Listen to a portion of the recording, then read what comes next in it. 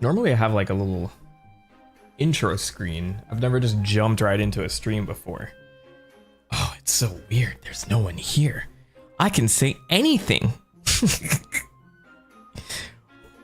Oh, I'm so early. Well, no, I'm 3 minutes early. I still got time. All right, we'll wait for people to filter in. I gotta like adjust my screens and all that. What is this? Oh, that's my chat box. Okay. Very nice. Welcome, welcome. I'm just waiting for more people to come on in here. Oh, that's pretty loud. The Minish Cap. All right, let me turn that down for a bit. What's going on, people? It is TheMentok, the Prophet, YouTube savior. Your boy is doing some cleanup on his desktop really quickly. Sonic and Kale Beans, what's going on? Welcome, welcome, welcome. Let me see if everything's flowing correctly here. Yes.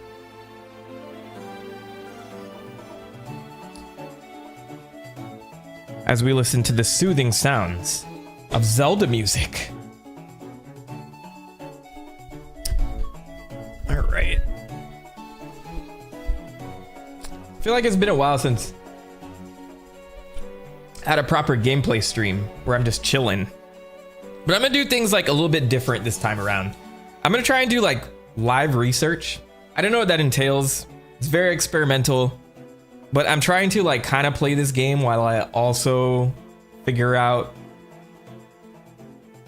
what this game is about. Like I've played the Minish Cap in the past, but like development stories and things like that, like I'm making a regular Mentok video, right? Because I plan on making a video specifically for Minish Cap, though I wanted to cover Four Swords Adventure, and Triforce Heroes before this. But I figure I'd just jump right in, see what the Minish Cap has in store for me, and then we go on from there. So let's give a couple of minutes for me to get acclimated. How's everything going? Kale Beans, what's going on? I'm gonna give you a little round of applause.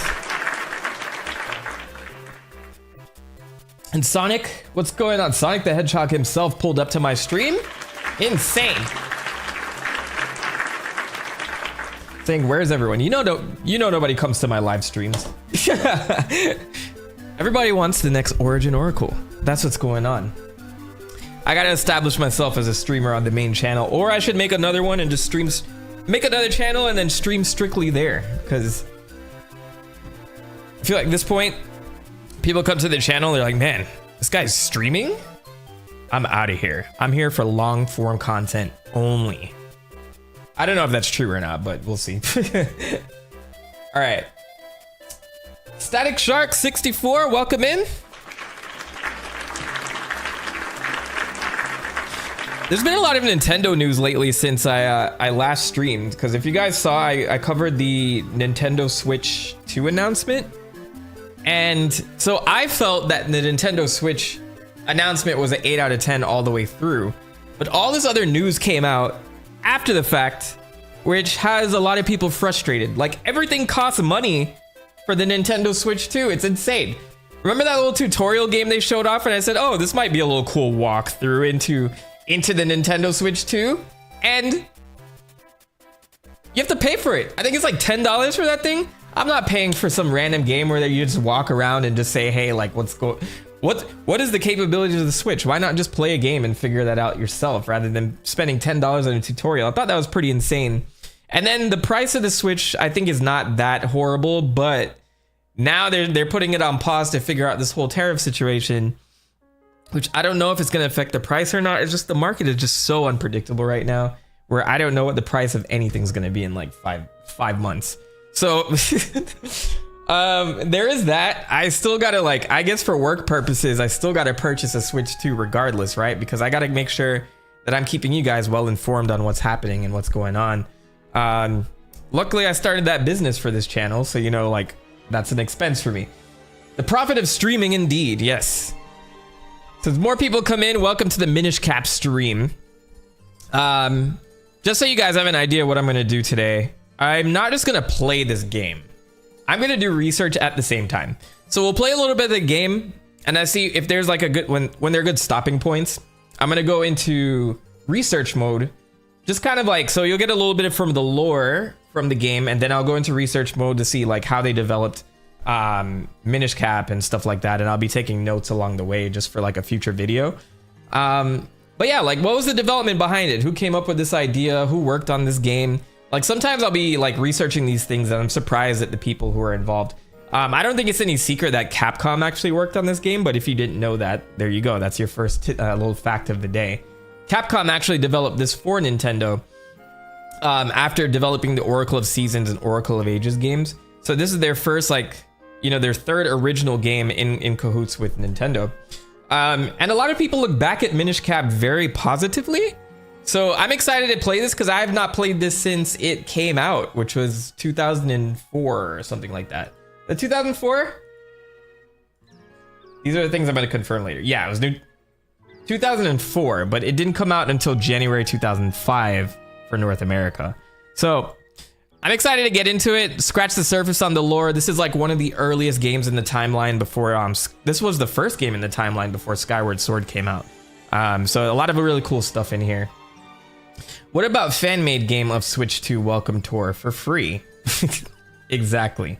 Why not just make that, right? Let's get that homebrew channel going, if you know what I'm saying. No, I'm just kidding. Nintendo, don't blacklist me. Jas, welcome to the stream.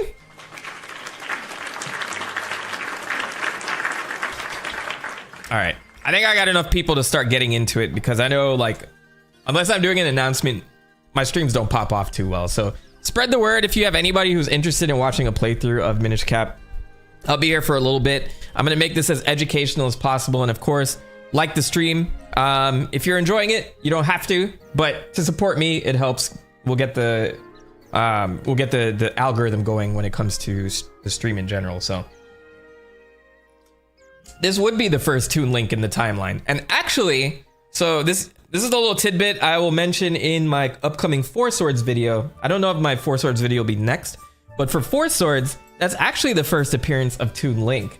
They did work on Toon Link first for the sake of Wind Waker, but Four Swords released first, making that the first appearance of Toon Link, technically. I mean, well, yeah, the art, this is the art. So this is your boy here.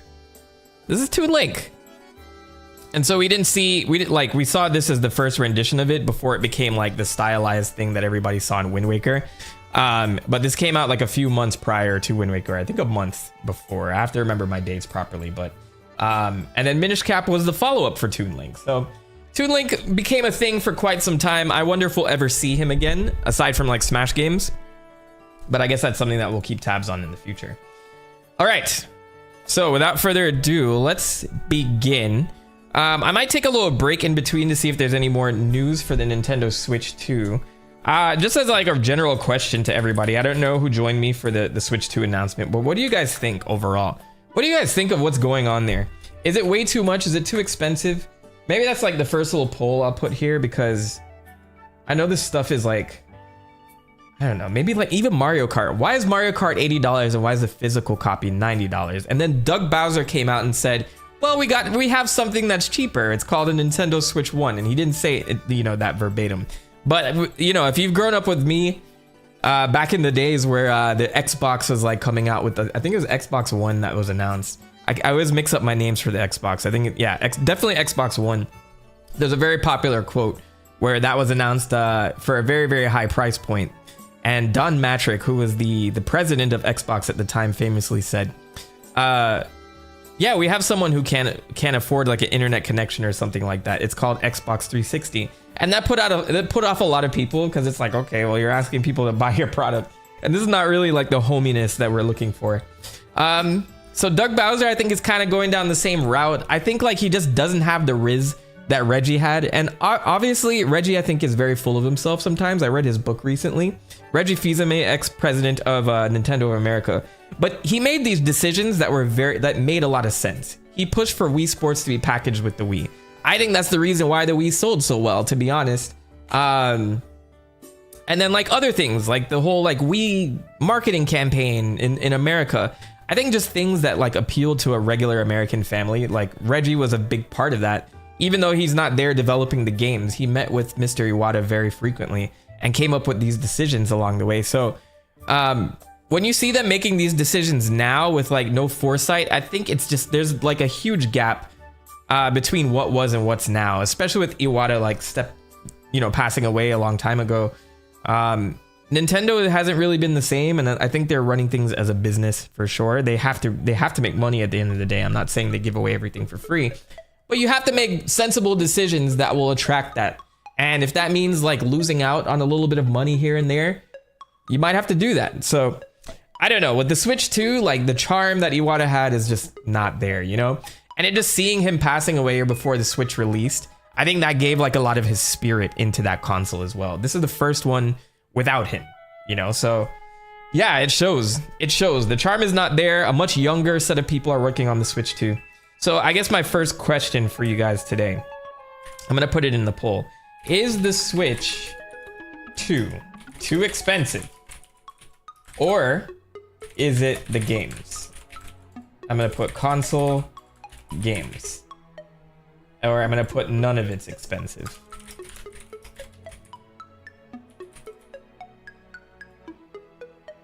Yeah, I think Nintendo needs to figure out what's going on with their whole like market right now, or their marketing. Like the Switch had a clear brand. Switch 2, I think they tried to like revamp things. And I like to see them pass the baton to like younger folks. And they might need some time to kind of catch up to speed and get like the same popularity status as a lot of the old guard. But I think Nintendo really needs to figure out what's going on. That's all. That's my 2 cents. I'm going to be buying it anyway. So if you guys refuse to get one, don't worry, I got you covered. All right. Game console price is fine in my opinion, but the game prices are a bit high. Yeah, if you're paying for games that are like $90, that's pretty insane already. I think they were trying to get us with a lot of these premium and DLC packs and stuff like that over the years. And now they're just going to be like, all right, it's going to be $80. I don't know. You can say inflation kind of works, but like, what is the profit margin on a video game? I'm curious to see what that is. You know what I'm saying? All right. Let's get into this game.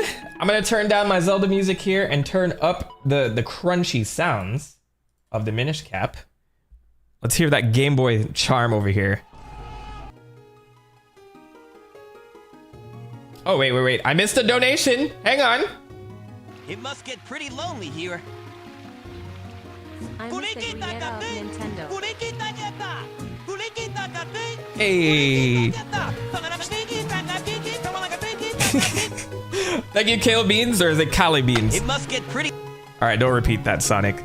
Thank you, Cali Beans, for the donation, the $2 donation, saying I missed the Wii U era of Nintendo. I missed the Wii era. I almost misspoke.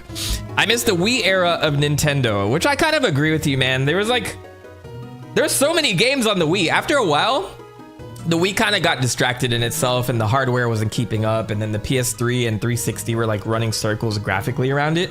But whenever there was like a solid Wii game, I mean, Xenoblade Chronicles got its start on the Wii. And I remember that shit I'm like, man, this game is on the Wii? The sheer size of this game was insane, and then they eventually re-released it. So you guys know like the scope of Xenoblade Chronicles is pretty insane. It costs $400 to make one Switch 2. I can imagine that, considering the output. I think Nintendo is like really trying to catch up graphically to a point where it doesn't matter anymore, and I think the PS4 is a good cutoff point. There's not much difference between a PS4 and a PS5. It just comes down to like performance, you know what I'm saying? So I think it's a good move on their part to push the limits of portable graphics. I think it beats the Steam Deck as far as I'm aware, or if it's on par with the Steam Deck. So now you're gonna bring in that Nintendo charm. I'm very, very, very excited to see what we get out of that. So looking forward to it. Wii Sports, man, that game killed it. All right, so we can continue discussing all of that. Sumi, what's going on? Ethereal Dragon, I see you. My mod's here to support. Let's get into some Minish Cap. I want to get a little bit of progress in. You know what I hate about streaming with the Switch? It's these ugly little sidebars that they have. I know that they're trying to keep the aspect ratio of the original game here, but the sidebars here just completely bother me. And I don't think I can get rid of the stuff at the bottom either. Why not be able to just zoom in? I hope the Switch 2 corrects that. 100%. Because I'm tired of having this on. It's like an eyesore, man. Or at least give me like some customizable sidebars, like a pretty like Zelda thing on the left side or whatever. All right, let's get into it. So I'm gonna start playing the game, and then when I get into a nice stopping point, I'm gonna go do some research, get you guys educated today on the Minish Cap, and then we'll jump back into the game and go back and forth whenever I think it. I'm playing an emulator, exactly. I mean, it's a legal emulator at least. Thank you for that donation, by the way. I have a goal of 10 super chats. If I do get to 10 super chats, I will do another stream. This time it will be a Sonic, the Sonic DC comic read through, because I know that they started dropping that collaboration. So Sonic gets to race the Flash and all this other stuff, and Shadow's chilling with Batman. I haven't read it yet, so it's gonna be a completely blind playthrough. If I get enough donations, I'll go ahead and jump into that. I guess I'll schedule that sometime next week or something. So let me know. I've been hearing the $90 price point for physical games, but I haven't actually found that anywhere. And the only game so far that has the highest price is Mario Kart World at $80. Yes, so that's what I was trying to confirm on stream. Somebody said it was $80. I'm like, no, it says it's 50 bundled, but when it comes with the bundle, it's a lot cheaper. Let me see what the price is for Mario Kart World. Let's look this up. There's a lot of misinformation swirling around here, so let's see if we can clear the record. All right, Mario Kart World. If I wanted to buy this, Nintendo, I want to give you my money. How much does it cost? All right, so they said available June 5th. Market price is $80. It's interesting that there's no store. Let me just put buy or something.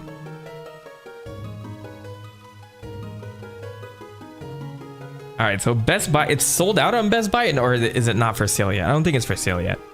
$80. I think it's $80 across the board. I don't know, why would they charge $10 extra for a physical copy? If that is true, that makes no sense. If it isn't true, then $80 is still kind of pricey, but just keep the costs. Keep the cost the same. I remember seeing a screenshot with $90, so maybe I just fell into the misinformation and just repeated it here. So I'm a part of the problem.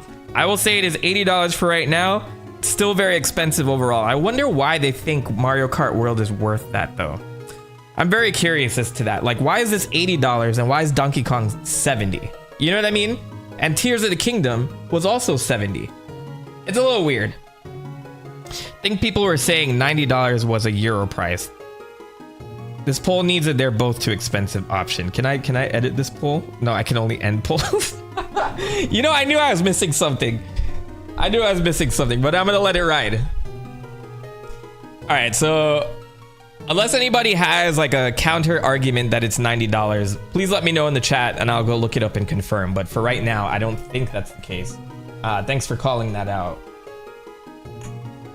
All right, so let me get my screen together here. All right, perfect. I think we look good.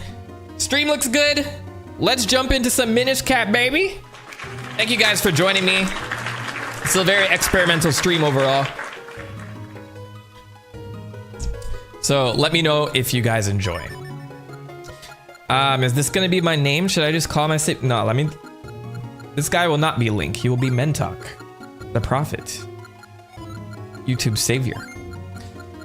So for the people joining me today, just so you guys know what my schedule is, like I'm catching up after like the funeral stuff for my father and all that stuff, and so just getting back into the channel things has been, it's helped distract me for a lot of things. So I figured I'd start easy with the stream. That way I'm not doing like any hardcore editing. But this week I'll be working on an F-Zero video, specifically a Captain Falcon video. I don't know what the grand appeal is for F-Zero. I don't know if it's gonna get a ton of clicks, but I think your boy needs some love. Captain Falcon is just a mysterious guy to me because I've never actually looked into him. I've never played F-Zero games. So that's the research I'm gonna be doing over the next week or so, and then when the video comes, that's when it comes. and then I'll come back into like some Zelda stuff.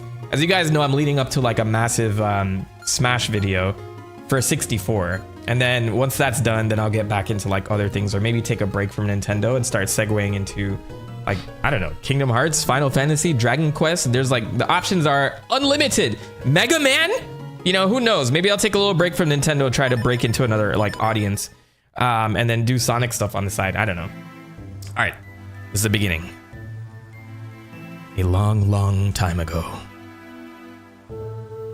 when the world was on the verge of being swallowed by shadow. Look at that mob in there.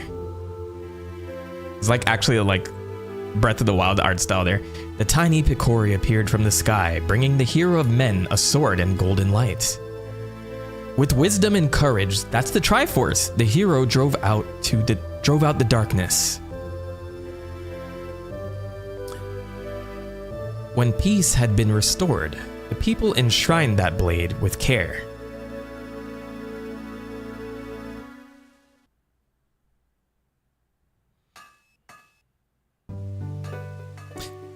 So now that we know where this takes place in the timeline, so this is one of the earliest games in the overall timeline, especially before the whole dimensional split that happens later on during Ocarina of Time. So this came before Skyward Sword, which was meant to be that whole Adam and Eve story for the Legend of Zelda series. This was the initial one. This was meant to open a lot of doors for like this timeline. So we're gonna learn a little bit more about. This is not gonna auto scroll, is it? Okay, we're good.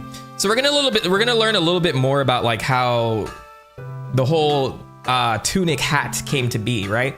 But that's one thing that's addressed. But the other thing that was mentioned here in that intro, there was another Link that is that we still haven't seen the perspective of. He drove out darkness and then sealed away a sword that we're gonna find at some point in this game. But it was interesting as I was covering the timeline that this would become a prequel to Four Swords, which released before this. It's a little confusing to explain when I'm not like, I don't have a timeline in front of me, but so Four Swords released before this game, but this is a prequel to Four Swords. But in that little intro segment there, we learn that there is there was another hero that actually had a sword that drove out the darkness in the world. So we never got the perspective of who that Link actually is. Maybe that's a future game that they should explore if they ever want to go back to this whole like Four Swords timeline. But I think they're probably going to leave this whole thing behind and double down on like Breath of the Wild stuff. Because I feel like the Breath of the Wild timeline has been a hard reboot on the series. But we'll see what comes next. You know what I mean? Or maybe they'll still like keep inserting things. The timeline is a construct. It doesn't exist.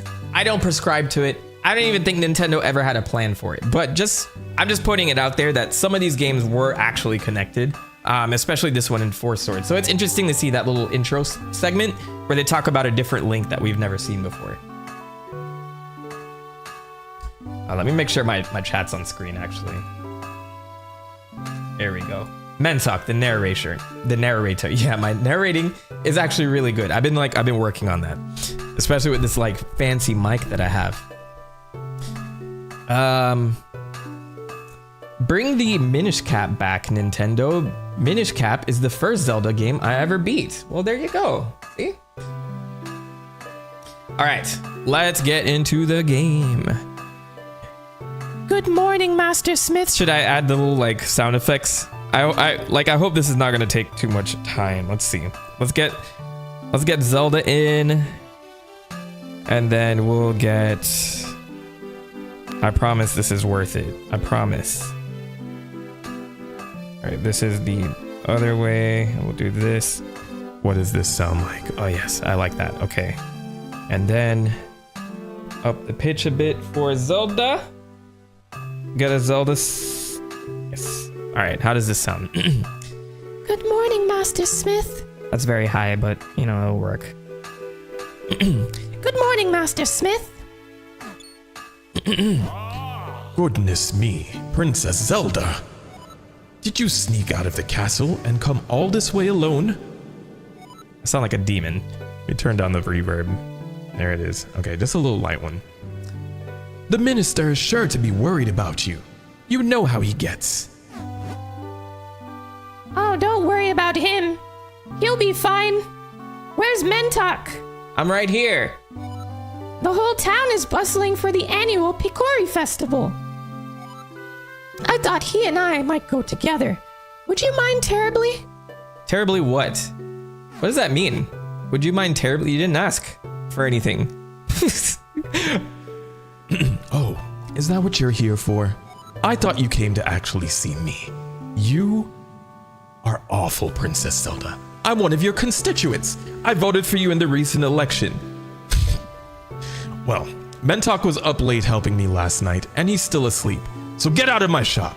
I mean, but I do have an errand at the castle. Yes, that should be fine. Mentok, it's time to get up. I don't want to get up. Get your lazy ass up from bed and get out here and service my shop. It's time to get up. I'm ad-libbing every so often, but you know, it's fine. Mega Man Legends 3, are we ever getting that freaking game? You know how upset I was over that cancellation? I don't know if I backed it. It wasn't a Kickstarter, was it? No. The Mighty Number 9 thing after was the Kickstarter. Capcom, man. Well, I mean, Legends 1 and 2 are okay games. They're decent games. I think it needs like an overhaul. I think it's kind of like before its time. I feel like it was more of like, I wouldn't call it a roguelite, but it felt like a Mega Man roguelike. Roguelike? Honestly, if they, no, I don't want to say everything should be a Dark Souls thing, but like maybe some Dark Souls influence to a Mega Man Legends 3 with the same art style, because that art style was amazing. You don't have to change anything. Actually make it look like the PlayStation graphics. You know what I mean? Oh man, I could dream. You know, I've sat here and on stream and I've said things like this before and they come to fruition. So if I'm here thinking about it, it might actually happen. It happened with the Live A Live remake for whatever reason, Live Alive. It happened with Xenoblade Chronicles X as a Switch port. It happened with Donkey Kong having his own game in the 3D style made by the Mario Odyssey team. I've been saying that several times. Sonic Frontiers, I said, was a Chaos Emerald origin story, and that turned out to be true too. So, you know, I'm out here just killing it, okay? I'm sure there are other predictions that I made, so, you know, keep me talking and it will happen. I guarantee it. I guarantee it. All right, here we are. We are Link. Let's get going. How does the sound? Am I too loud? Should I turn up the game volume? Let me know. Big Boss! What is good, sir? Thank you so much for the $1 donation. Everybody give a hand to Big Boss, the myth, the legend. Big Boss has been around for as long as I can remember streaming. I think he probably showed up to my very first stream. My guy probably has a different account that he actually engages in chat with, but he donates $1 every stream, every single one, never misses a stream. And the crazy thing is, he never talks in chat. He's just there. I don't know who he is. Hey! Hey, Mentok. Princess Zelda is here, as you can see, because she's standing right beside you, you imbecile. She would like to know if you would join her at the festival, but not as a date. Nothing like, you know, just strictly platonic, because you can't date the princess, Link. I mean, Mentok, that's your name. So don't get any ideas. Yeah, Mentok. Come on, let's go check out the festival together. Master Smith already gave me permission to take you. But not take her in a, non-platonic way. So, after all, the festival only comes once a year, and, go on. Have fun.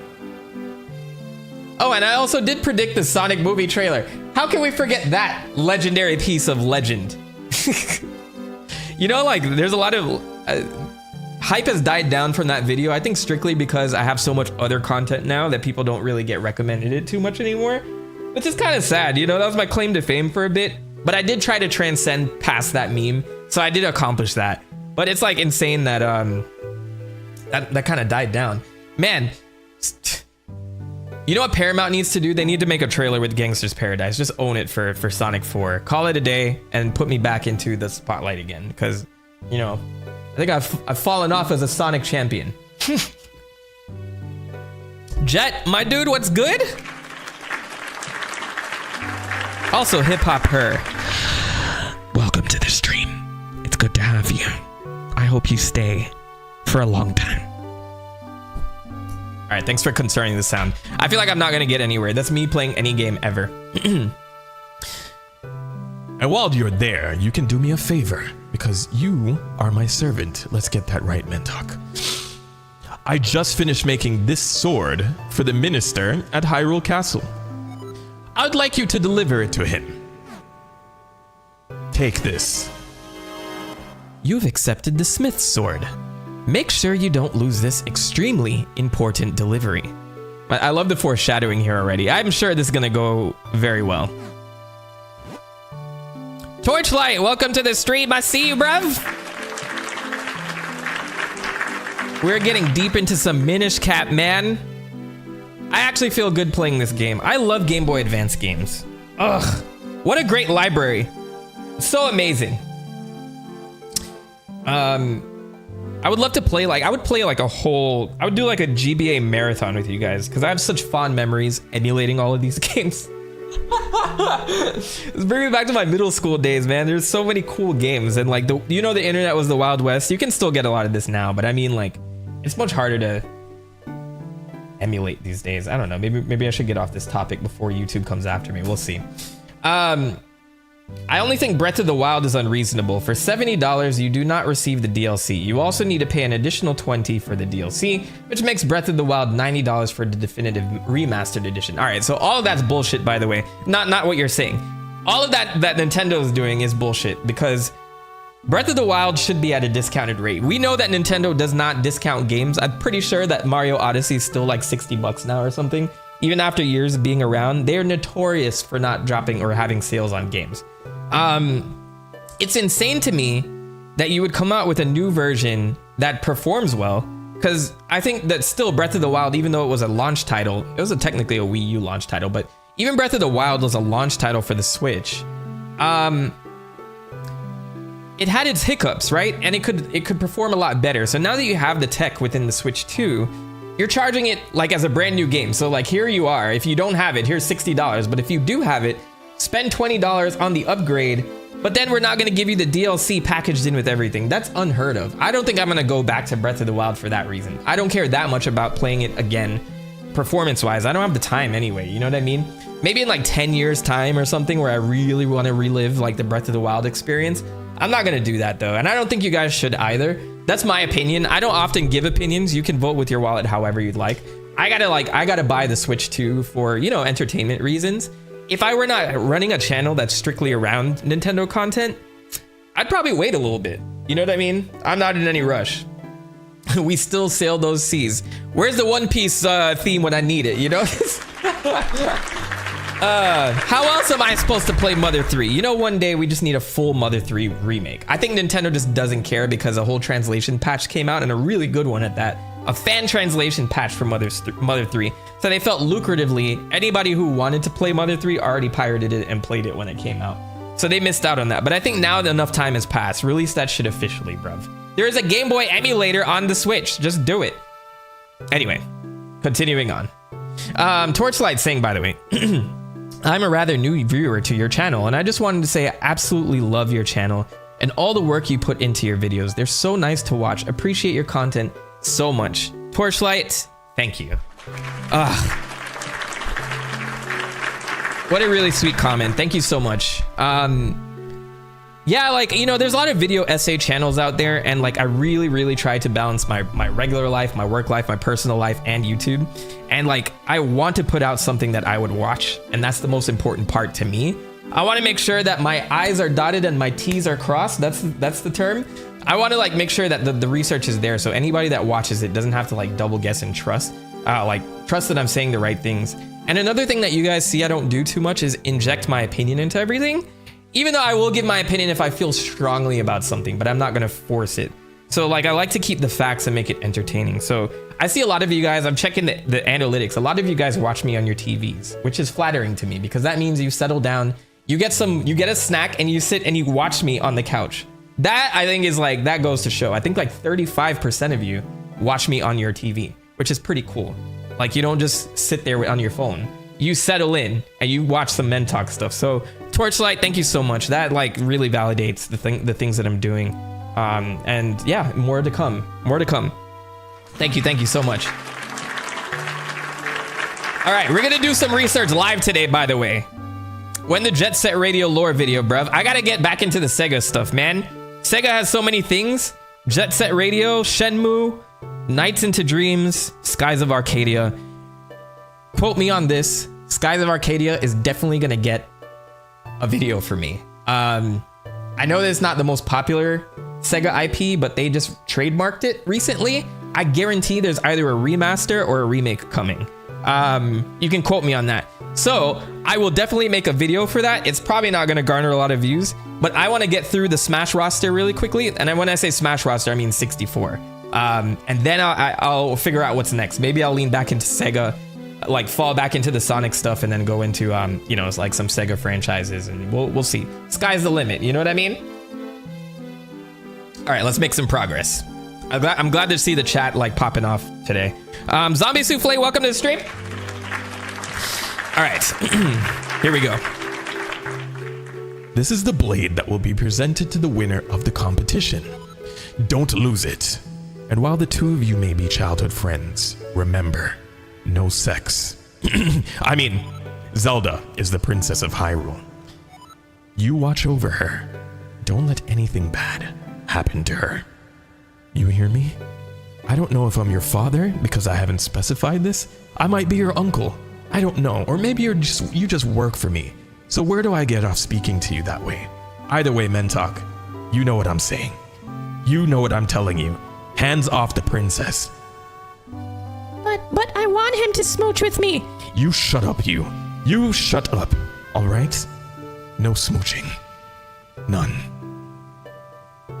All right, have fun. Master Smith, quit worrying. We'll be perfectly safe, okay? Planned Parenthood had our backs, all right? We'll be fine. Come on, Mentok, let's go check out the festival. That's his grandfather? You know what? Let's dive into the manual real quick. Minish Cap manual. This is part of a lot of my research anyway, so you guys are getting a taste of what I do whenever I go into any of these things. It's pretty cool because Nintendo has archived like all of their manuals for their games. They have all this stuff hosted on like some server somewhere. So it's pretty cool to see that overall. So what I'll do is sometimes I go into this stuff for research, and if there's anything interesting, you would assume you'd read this first. If you guys grew up during this time, the drive back home after buying this shit from the game store was the longest drive ever, right? Just a quick memory about my dad. He was very busy, had to go like talk to a lot of businesses and stuff, rest in peace. He had to talk to a lot of businesses for his stuff. So whenever he picked me up from school, I'd be like, hey, I need to go to GameStop. Can I please go to GameStop because there's a game that I want? Oftentimes he didn't say no. Other times it was not today. But when he did say yes, I'm like, can we go there first? And then you can go do whatever you want. Strategically, what I did is before I went to school, I would leave my Game Boy Advance in the glove compartment of his car so that when he picked me up, we would go to the game store, we'd buy that game, and then whatever the heck that he needed to do on the road, I'm fine. I'm locked in because I have my Game Boy Advance, and just in case, I have AA batteries sitting in the glove compartment too. Strategy, bruv. I've always been smart ever since I was 3. No, I'm just kidding. Anyway, just to finish off this story, I used to read these manuals when I didn't have my Game Boy Advance. On my way back, I would read these manuals, and that would be like my engagement with the game. You know, it's like I don't have my Game Boy with me, so I have to sit here and wait. And so a lot of times it'd be like these long ass drives like to all these businesses so he can go network. And I'm just like, okay, I'm gonna read as much as I can. So you're getting a taste of that right now. So we're gonna jump into the story, assuming that you read all this before you started playing the Minish Cap. So here we go. Hot ass batteries in the car probably wasn't the safest thing. And I was in Florida, so there you go. Shout out to that. But yeah, just like the Electronic Gamer magazine days, I see that they archived the whole series. I need to get my hands on that just for historian's sake. All right, so here's our story. Long, long ago, evil spirits appeared in the land of Hyrule. And just as the world was about to be cast in the darkest of shadows, the tiny Picori descended from the skies and bestowed on a courageous human a shining golden light and a single sword.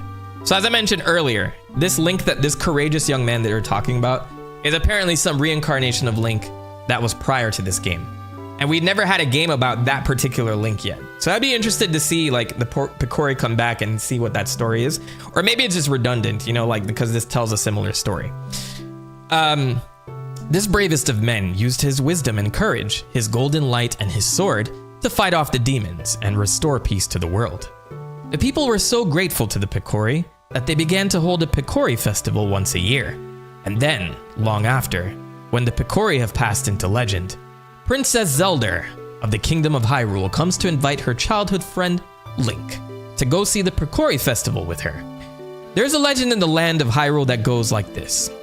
Just once in every 100 years, a secret door opens, and the Picori come to visit. This year is that year. That was very confusing.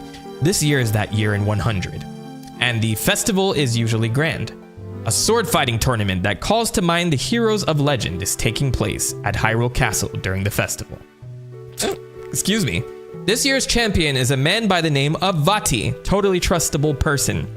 I don't even know if that's a word. Trustworthy.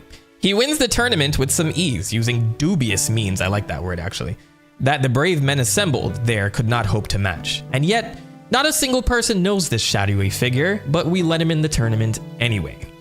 Exactly who could Vati be, and what is he really up to? So I'm just gonna read Link's bio here. The hero of our story. On visiting the annual Picori Festival with Princess Zelda, he is asked by his grandfather, so confirming, Jas, it is his grandfather. Thank you for that tidbit. He is asked by his grandfather to run an errand to deliver to Hyrule Castle the sword that will be presented to the champion of the sword fighting tournament. All right, let's get into it. So I think this is one of the first games where Ganon is not the enemy. Is this the first game without Ganon? No, Link's Awakening didn't have Ganon, so that would be the first game. And then this is after Majora's Mask, so that's number 2. So this would be the third game that did not have... No, actually, Four Sword introduced Vati, and then this will expand on Vati the villain. So yeah, Vati is like one of the major villains of this little arc of Zelda. And I think like a lot of people love that guy because he's just something different from Ganon. I'm getting a little tired of Ganon. I'm not saying I don't like Ganon as a character, but I think that we need to explore some new enemies. We did find a new one in Echo of Wisdom. So there was that. His name was Void. Was it Void? It was something similar to that. But yes, that was the enemy for Echoes of Wisdom, which is cool, but it's facilitated by Ganon. So Otis Small, what's good?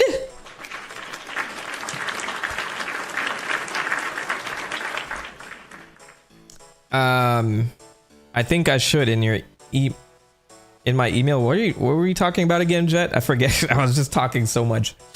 Oh, the electronic gamer thing. Yeah, you guys did say you were gonna donate that for a bit. I gotta look through it. Into the Link first. Yes, Phoenix Gundam, welcome to the stream. The GBA was a godsend. Just a tiny SNES that played classic Game Boy games as well. This is like, the GBA was like groundbreaking. It's just like, oh, this has better Super Nintendo graphics on this tiny machine? I know we're like so beyond that now, but it had such a cool library of games. Especially when this was around the time the GameCube came out, and the GameCube was like a little on the disappointing side. Like, GameCube has a lot of cool games, but the GBA was killing it at that time. All right, let's get some Minish Cap in. I gotta make some progress. I keep saying that. Mentok, over here! Man, I forgot Link moves so slow in this game. I hope he speeds up. Is the Pegasus boots in this game? I have to remember the gadgets and all this stuff. I really have not played this game since 2004. Mentok, hurry, let's go!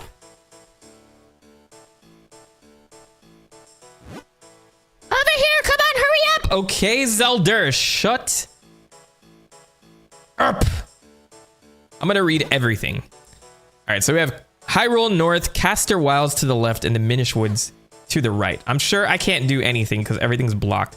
I'm gonna need a sword, and then we'll make note of bombs down there in a little bit too. Brian, welcome to the stream, and TC. We got a full house today.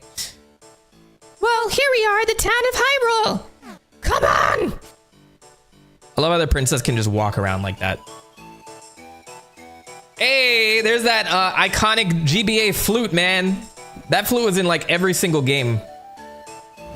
I'm gonna move myself down a little bit so you guys can see the screen a little bit more. If I'm blocking anything, I'll keep an eye out for it. Maybe I should put it up here. Maybe I should make myself smaller. All right, I'll work with that. The soundtrack is slapping right now. Soundtrack is doing things. It's bringing me back. Donkey Kong Country on Game Boy Advance was mind-blowing as a kid. Yeah, exactly, and it looks so much better. Though some people will say the saturation is a little high on the colors. Just fine. But I love how they added like a little bit more story to it. They had cutscenes to kind of like show off the whole like the whole manual story that was written in the original game, which I thought was pretty cool. It helped me with lore things later on.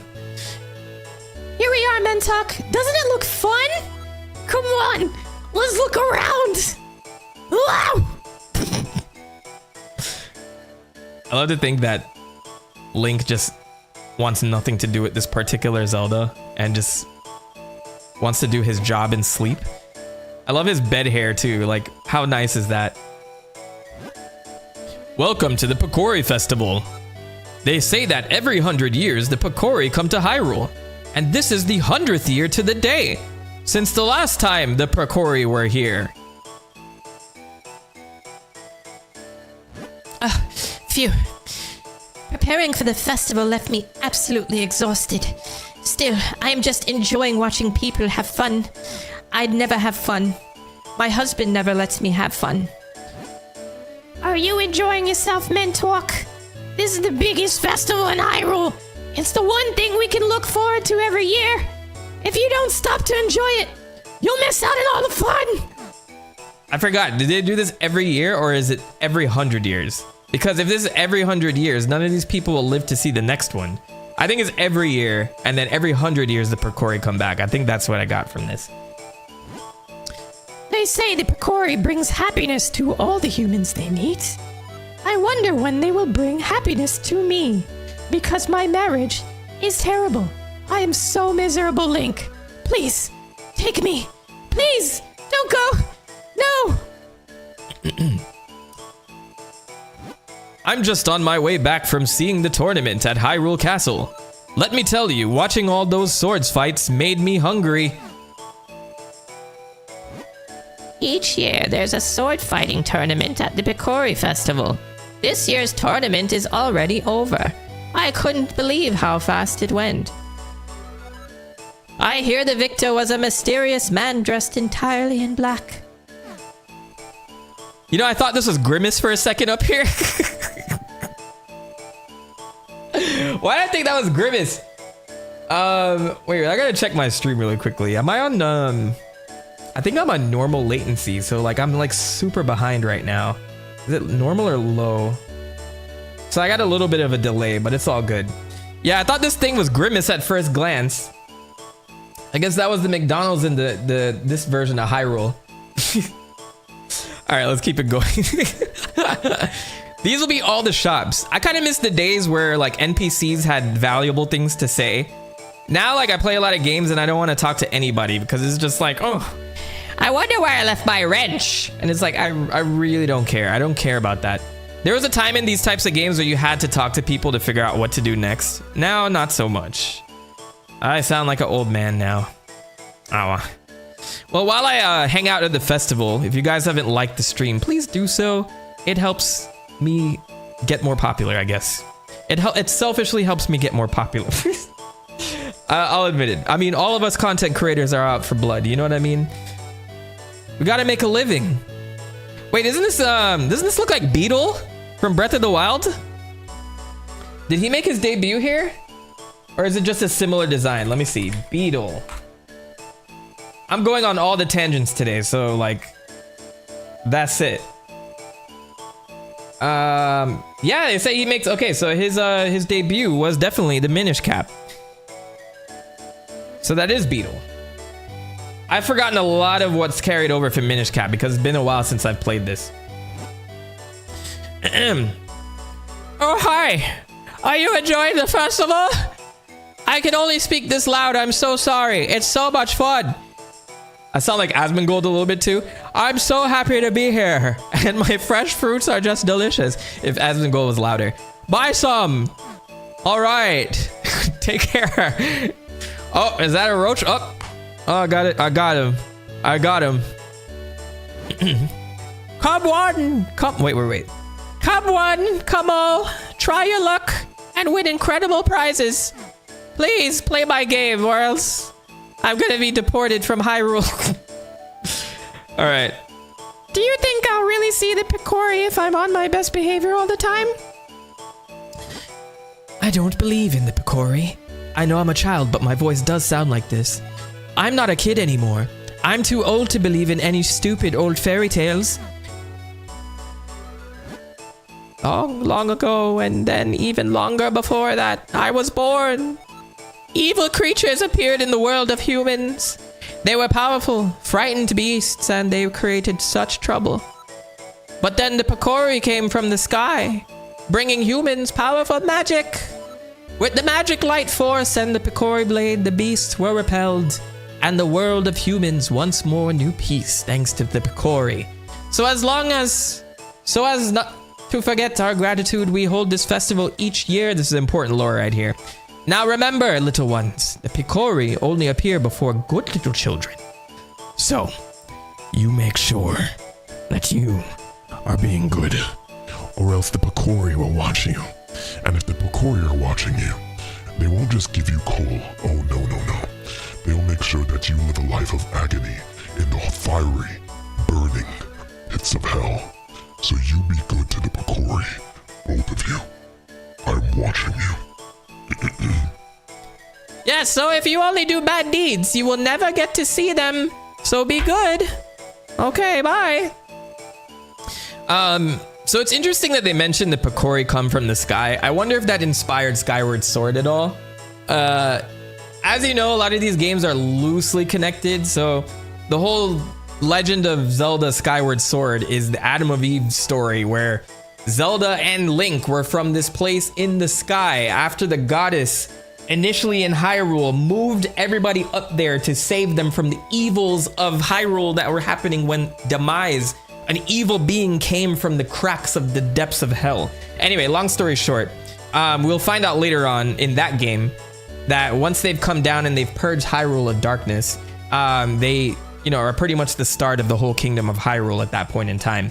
And they serve as like the Adam and Eve story of Hyrule, I guess. But it's interesting in this game that they reference that the Picori came from the sky. Is it from the same sky kingdom or is it a separate kingdom? Like did the people of Skyloft mutate into a small species that eventually became the Picori? Little connections that I think about all the time. I'm not sure if that's been like addressed at all in interviews or anything like that. All right, who's this interesting fellow over here? Yeah, it's like Picori Krampus. Picori Krampus, exactly. The little girl with deep voice is just a Zelda CD character. The Zelda CDI character? Let me see if I missed anything. Oh, the three-eye version of Grimace. All right, cool. By the way, if I get 9 more super chats today, I feel like I gotta like hustle donations these days. So I'm always just sitting here politely while I watch all these big streamers like, don't forget to donate. So it always made me feel like a horrible person asking, but I'll put a goal to it, not to force anybody. But I think if I reach 10 super chats today, what I'll do is the next stream will be the Sonic DC crossover comic, volume 1. And I'll go ahead and read through like what the volume has so far. I think there's going to be more volumes all the way into the year, and I think it ends in August or something like that. But if there's any vague interest in there, any super chat counts. So it could be $1, it could be $500. But it doesn't matter. So as long as I get 10, that'll be the goal for today. All right. It feels wonderful to be back in Hyrule again in this joyous time. I must put these feelings into verse. Is he gonna create a poem? I wonder if I have to talk to Zelda to keep the plot moving, because I might just do that. Hey guys, Hi, have you ever seen the Picori? I just saw one the other day. Yeah, I saw one the other day. It wore a red cone-shaped hat, and it was really small. And it was standing inside my dad's shoe. I really saw it, I swear. All right, I think I've got enough little backstory. What is this broccoli guy doing, though? What do you give me? Come on up. Come one, come all, gather round and have a look-see. I'm having a huge sale on all matters of delicious and festive vegetables. That's it. All right, Zelda, what's going on? Gotta Fix my Zelda pitch. Here we go. Hey, it's me, Zelda. Mentok, there's a storyteller here. We should stop and listen to. Oh, I wonder what's over there. Oh, shit, I already listened to him. Do I gotta listen to him again? Okay. So the Picori are real.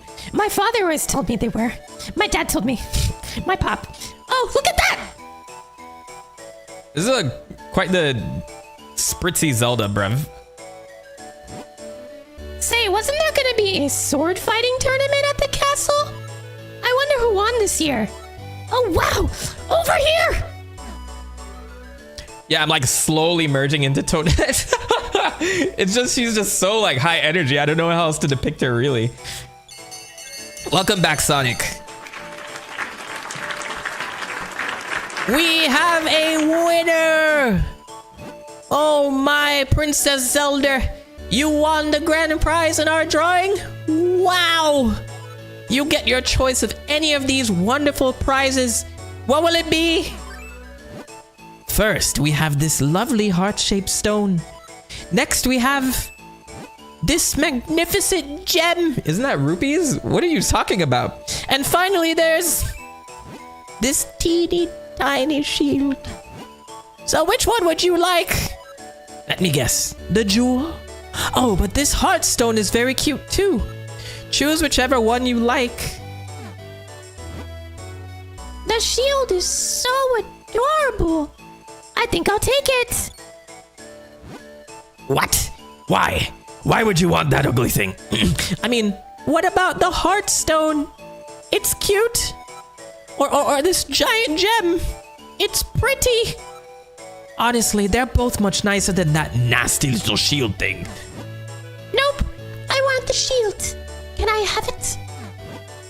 What a strange princess you are. Well, okay. Here's your teeny tiny shield. I don't want to be in jail tonight. Here, I want to give you a present.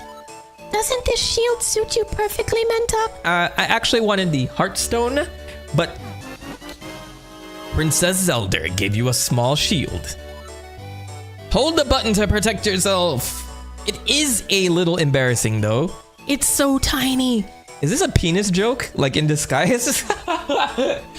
Okay, well. Yep, just as I thought. You look great! Now, if anything happens, you can protect me with that shield. It was a very selfish choice on my part because I want to make sure I'm not assassinated. So, yeah, enjoy. Oh, I almost forgot. We have to take Master Smith's sword to the castle. Let's go, Mentok. All right, and we're off. Squadilly, squadilla. Oh, let me practice this real quick. You see that slow animation that's probably gonna get me hit? Look at the frame rate on that. Look how long it takes me to whip the shield out. Whip it. I remember like combat being a little bit slower than what I was used to for like the Game Boy Color versions of the game. So might have to get used to like the over animation of some of this stuff, but we'll see. We'll see if it's an issue for me later. So. I've been good all year. Like all year long. And you know how the Picori only show themselves if you've been good? And so I'm just waiting for the Picori to come and play with me. I'm a loser. I've never seen the Picori before. Hey guy, have you ever seen the Picori? I saw one just the other day. It wore a red cone-shaped hat and it was really small. Oh, you already spoke to me. I told you it was in my dad's shoe. My sister and I came a long way to see the Pokori Festival this year. It is true the festival is named after the tiny people, the size of my thumb. I want to see what they look like. Do you know where I can go see them? Please tell me. Some of these people are like a little demanding. People from all over the place. I sound just like my older sister here. Come to see the Pokori Festival in Hyrule. Alright, I feel like I need to stop talking to people because I'll get distracted. Let's move along. Thank you, Shay. I feel very creative with my voice acting today, so I'm just moving along. I just call it as I see it. Come on, Mentok. Why do I sound like Toadette now? Let's hurry to the castle. Boop, boop, boop, boop, boop. Boop, boop, boop, boop, boop, boop. And I'm just like annoyed little Link, Mentok. Trying to keep up with this very, very hyper Zelda, like that's on crack. I think this is probably the most cheerful Zelda I've seen. I think like the Skyward Sword version was kind of like that a little bit, but not as demanding. Ocarina of Time, she was a little bit calmer, like a lot calmer actually. And then every other game she was more princess-like until you get to like Breath of the Wild and she's more she gets more things done.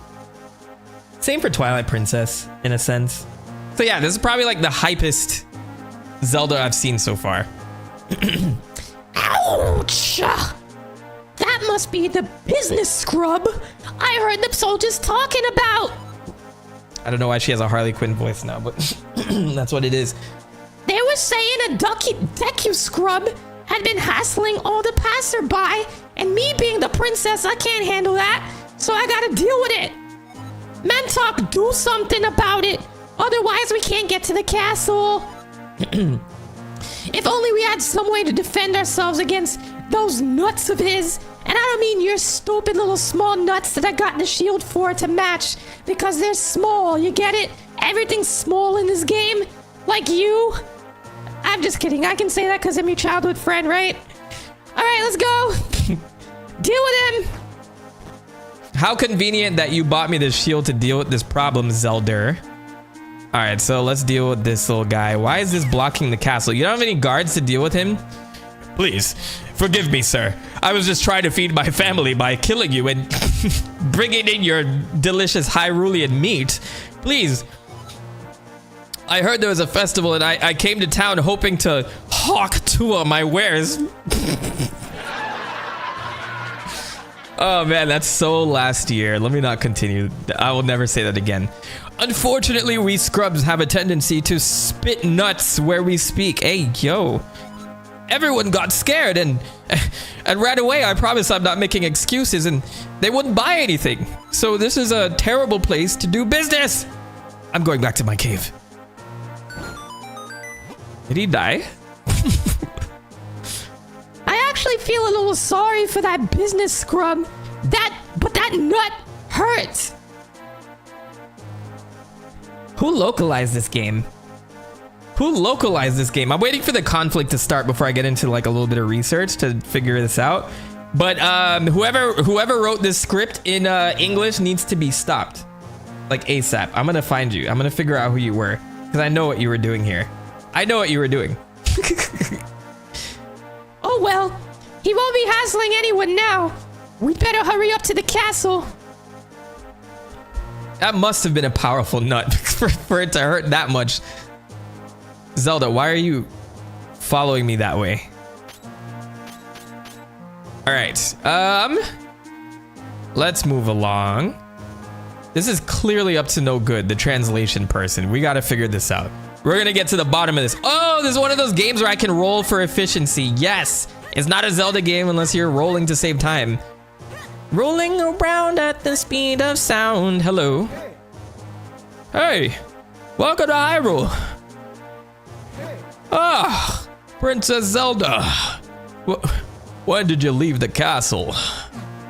I barely noticed because I don't do my job. What about you? Sorry, but we all have the same voice around here. But we're getting things ready for the ceremony, and I can't let you pass, even if you're the princess. All right. The poison for Cusco. Ah, the sword for the award ceremony. The award ceremony that sword is for. You should take that to Minister Patho. You'll find him in front of the castle. We're in front of the castle. Sorry, but we're getting things ready for the ceremony. All right, let me stop talking to you guys because clearly you're useless. This deserves another voice. Let me see.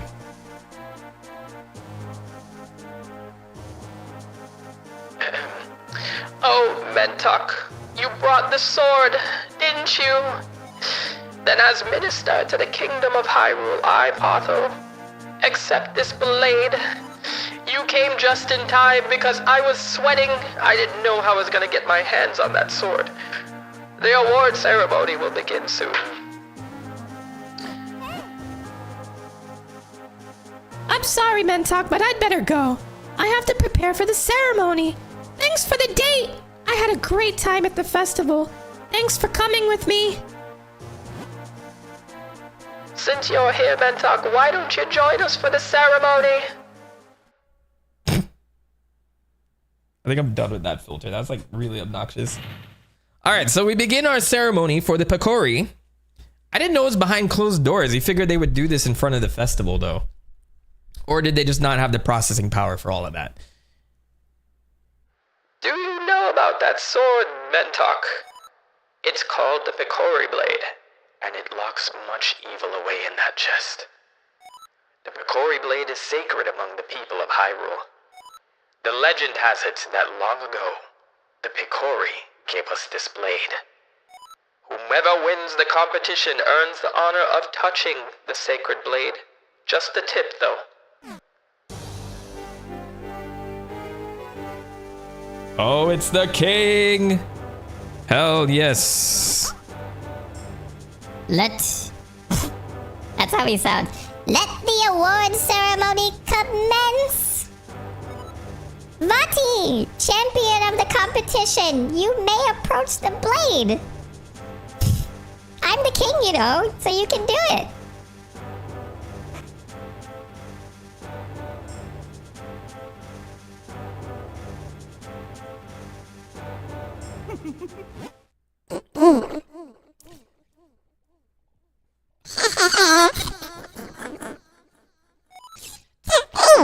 Things would go this well. The Pakori Blade and the Bound Chest spoken of in Hylian lore. I'll bring it down a little bit. Because I think it's a little obnoxious. Okay. Here we go. Are we ready? This chest must hold that which I seek. I'll relieve you of its contents now.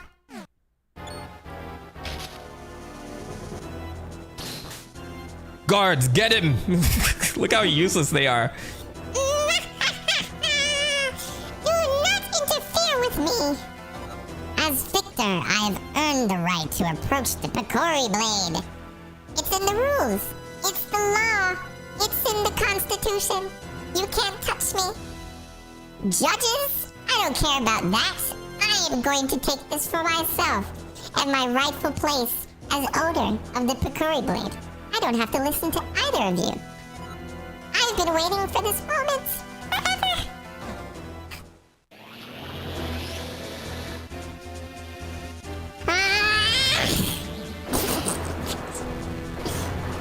Oh no!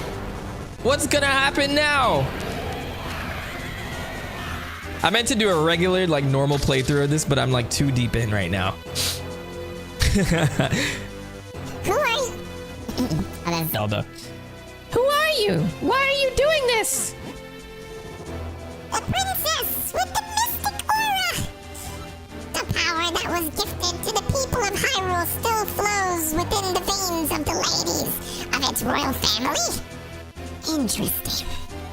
If I leave you now, you'll only cause me trouble later. This will never do. To stone with you!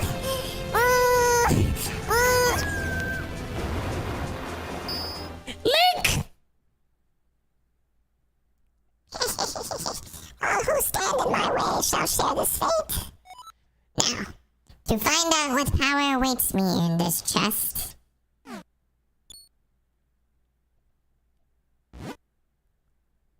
What? Empty? There was nothing in there but a rabble of monsters?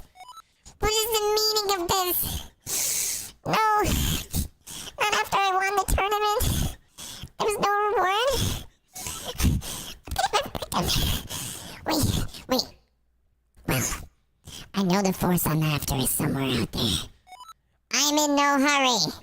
I can take my time searching for it. Okay, bye. The voice is too crisp. Okay. Fuck this shit. I love that name.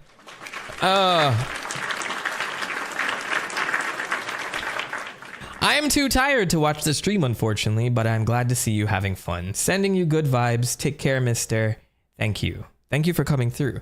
Even if you can't watch, it's all good. We're having fun here. I haven't had fun on a stream in a while. You know what I used to do back in the day? Like, I used to be on Twitch a lot. And then I would use the YouTube stuff for like more gradual things. I'm questioning whether I want to do that because I know like Twitch is still the epitome of a streaming platform. And then like, I don't want to like, I guess push away my audience that's here for long form content. If I'm like doing a lot of streams, it's like, oh, well, you're not a long form person. It's like an identity crisis in a nutshell. So there was like two ways I wanted to address it. Either just like power through and just keep doing this. But like, what if I wanted to continue playing Minish Cap all throughout the week? I think it's a lot to put on this channel. So I was thinking of doing another channel for lives on YouTube or going back to Twitch for those strictly. But then I'll end up streaming too much and then I won't have time to edit. So it's like this catch-22 of all these things. But yeah, I miss streaming. I used to have a lot of fun on Twitch doing this stuff because I could do it a little bit more casually in that setting. And it's like strictly for live streaming. You know what I mean? So I don't know. I'm still figuring it out because I want to catch up with my upload schedule. As always, I'm always catching up to my upload schedule, but I'll get there someday. We'll see. But I'm glad that you guys, like, I have a core set of viewers that come in all the time and like really enjoy the stream. So I got to figure out like, you know, a solid way to do it. Maybe build up from scratch, like back on my Twitch channel, because like that was a fun time. It's just hard to get an audience in Twitch. There's like a Twitch nobility and then there's everybody else. You know what I mean? Oh, thank goodness. You've awakened. Master Smith is here as well. He's come to see His Majesty the King.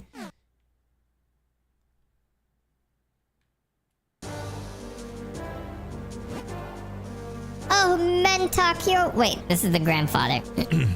Oh, Mentok, you're awake. Are you feeling all right? Stand at my side. The King of Hyrule is about to speak.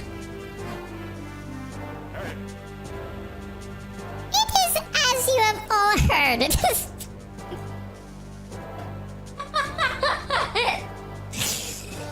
Oh, okay, sorry.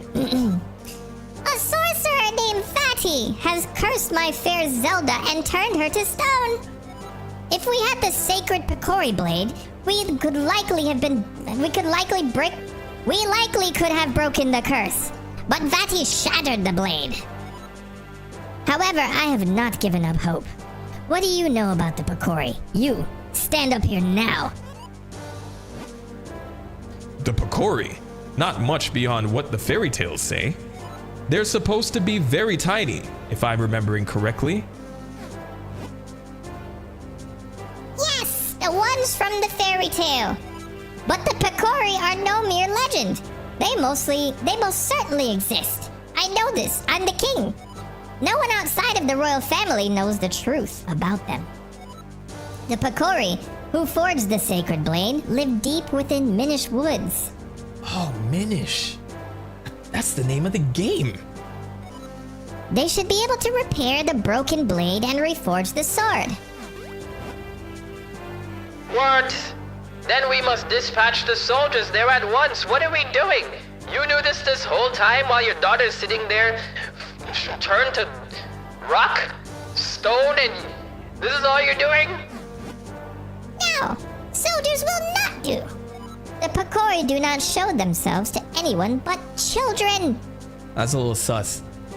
Our soldiers could search for days and still find no sign of them. I see.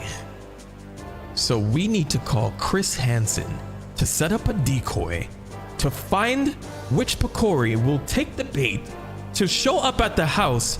We offer them cookies and then we come in and say, have a seat right over here because you only reveal yourself to children. What's up with that? Then we can get the answers that we need. Oh, wait. Or we can just send Mentok because he's a child. Yes, that's exactly what I was gonna say. If Mentok has recovered, then yes, I would like to ask this of him. There's no way I'm gonna ask for your consent on this, Mentok. Whether you want to do this or not, I'm the king. And so you will do it. You have no choice. So go. Please, turn my precious Zelda back to Norman. The Picori should know how to create a new sacred sword. It will be a dangerous journey, filled with pitfalls, moblins, darkness, dungeons, death, despair. Things that I will not take accountability for as king. You, a 14-year-old child, will take care of this. Or is he 10? How did the manual say? Where is the manual? I need that on deck. Minish Cap. Manual.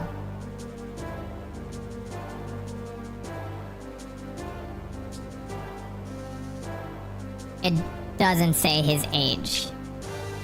So, as I was saying, take this with you. You've accepted the broken Picori blade. Norman will definitely be more tolerable than Zelda. Once we get everything back to Norman, we'll be in good shape.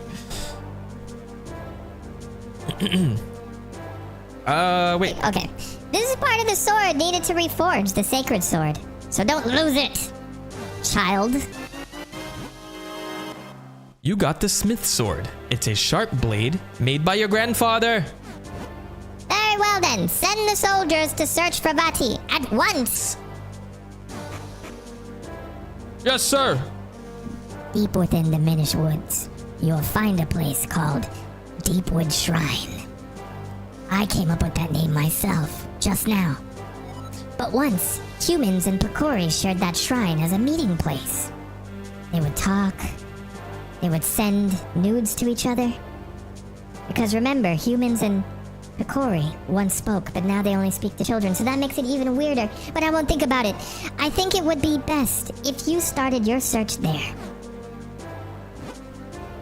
Take this map with you. If you get lost on your way to the forest, simply check your map. Me as your grandfather will not help you anymore. Just press start and then L or R to open the map. I have no idea what I'm speaking about. I've marked the location of the forest for you. Good luck and be careful. You got a map of Hyrule. Now you'll never get lost, I'm sure. All right, so this is the map of Hyrule. Looks kind of small. Oh, wait, there's... Well, I won't spoil it. I'm counting on you, Mentok. Only you can break Vati's curse and stop forest fires. And free Princess Zelda. Don't forget that part. All right, so now our adventure begins. We now have a sword, we have a shield, and we have a roll that I can roll forever, for days with. Now I have to get out the castle, though. It's gonna tell me things I already know. Let me see if I can save really quickly, though. You know, just in case my Game Boy Advance dies and all of my save progress. I'm just kidding. We don't have to deal with that anymore. All right, I hate how slow Link is, but we're gonna combat roll through everything. Get used to that noise because that's what's gonna be my one-way ticket to traversing things. Oh, I like how the layout's like the Link to the Past castle. That's pretty cool. Shout out to my Super Nintendo pioneers. Sorry, but I can't let you pass. We've sealed the area off because of Vati, and you might be him, even though I know who you are, Link. Alright, No more filler. Welcome everyone to the Minish Cap, baby. We out here, son. Almost got attacked by an Octorok. Hell yes. I wouldn't have it any other way. I am enjoying going down this rabbit hole with you guys because I have not played this game since 2004. So we gotta enjoy the main theme, the map theme of Zelda really quickly. Just let it marinate for a bit.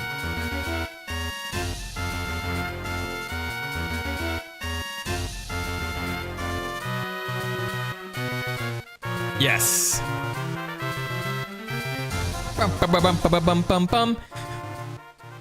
All right, so while Link stands there and we begin our adventure, I'm gonna take a short break to go into a little bit of research for the Minish Cap. I'm gonna do it in bits and pieces. You guys let me know if this is interesting or this is something that you enjoy as part of these streams, because if I'm gonna play these games live, I may as well do like a live Mentok video in the process. So you guys already know how this works. So we're gonna start by we went into the manual for a bit, so like I read the backstory of all this. Pat Raymondo, welcome. Such a killer game, definitely worth a 2025 run through. I'm so glad that we got the GBA emulator for the Switch. And then now I'll be able to jump into more things now that we have the Game Boy, the GameCube coming to Switch 2. I know I could always emulate this stuff, but it's just easier to just whip out the game device and do all of that. So I'm gonna start where any research starts, Wikipedia. This is actually where I get a lot of basic information about games when I start a video, right? So this is my first little lifeline, but it's not necessarily where all the research comes from. So don't bash me. There's a lot of people who will read this word for word. This is not what we're gonna do. Just for the purpose of this stream, I'll read a lot of this word for word though. But this is not like a video. I'm not writing a script. All right, so as you guys know, this game came out 2005 in North America. That was January 10th. But for some reason, it came out in Europe before North America. Normally it's the other way around. And of course, Japan was first. So November 4th, 2004, a day before my birthday, actually. I'm a November 5th baby. So it was released in Japan in November 4th, 2004. Europe in November 12th, 2004, and January 10th. So as you guys know, as you might know, this is a Capcom game.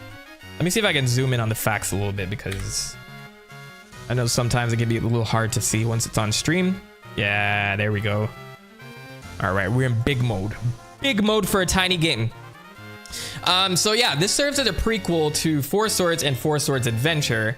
As you guys may know, Four Swords came out prior to this game. So they're working on Four Swords first, and I believe they're working on the Wind Waker simultaneously to all this stuff. So the most recent game prior to the Minish Cap was the Wind Waker that released for the GameCube.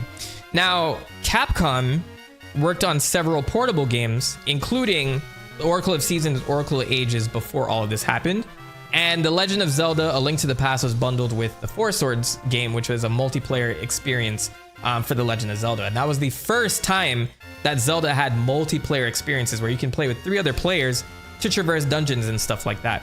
So these directors wanted to make, another original Zelda game that wasn't multiplayer. And so those games were Oracle of Seasons, Oracle of Ages, and then finally you had the Minish Cap, which would come later essentially. So let's go back to Minish Cap really quickly. How do I go back? I need to know my shortcuts for my browser real quick, but all right. So this serves as a prequel story-wise to Four Swords.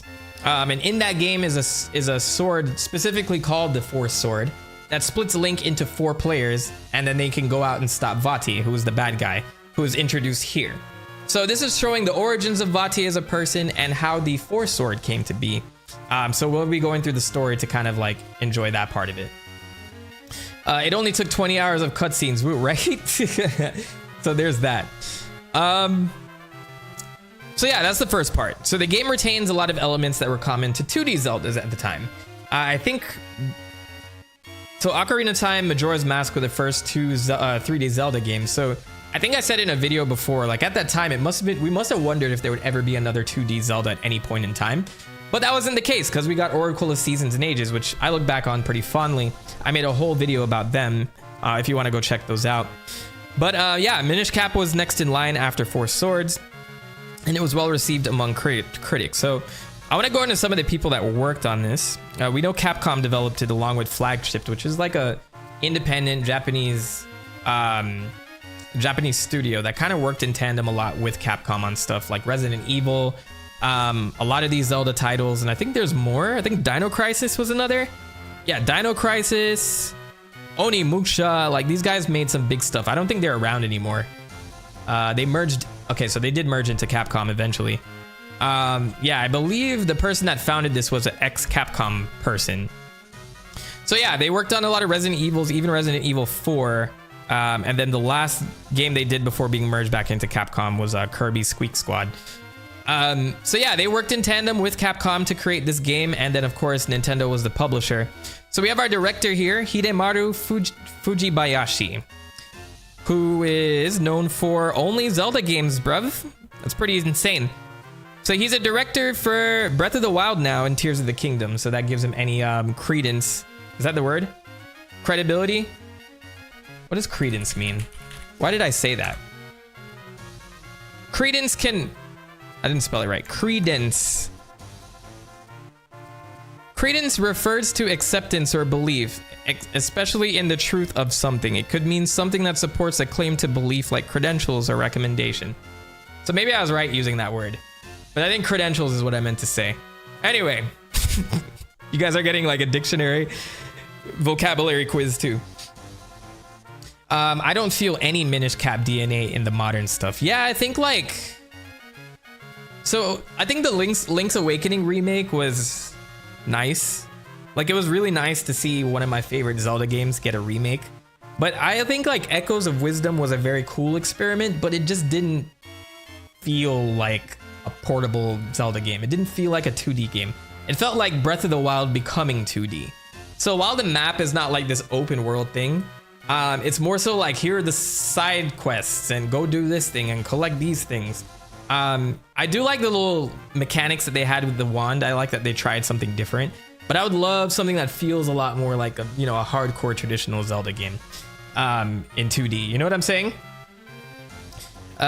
E. Ellie says, my condolences to the loss of your dad. I hope you're feeling a bit better. Yes, thank you so much. E. Ellie, welcome to the stream. Yes. Thanks so much. I'm powering through it. You know how grief goes, like, but I wanted to like get back to the normal swing of things as much as possible, and I'm feeling good. I feel okay. I feel in high spirits. And this is what he would want me to do at the end of the day. So like, I have no regrets. I think like I spent my time, you know, did the funeral stuff, and I think it's time to just lift my head up and move forward. So I really appreciate the condolences, especially from like all the viewers that heard the news and things like that. Like I felt very special in that moment. So thank you guys. I appreciate that. But yes, back to Fujibayashi-san here.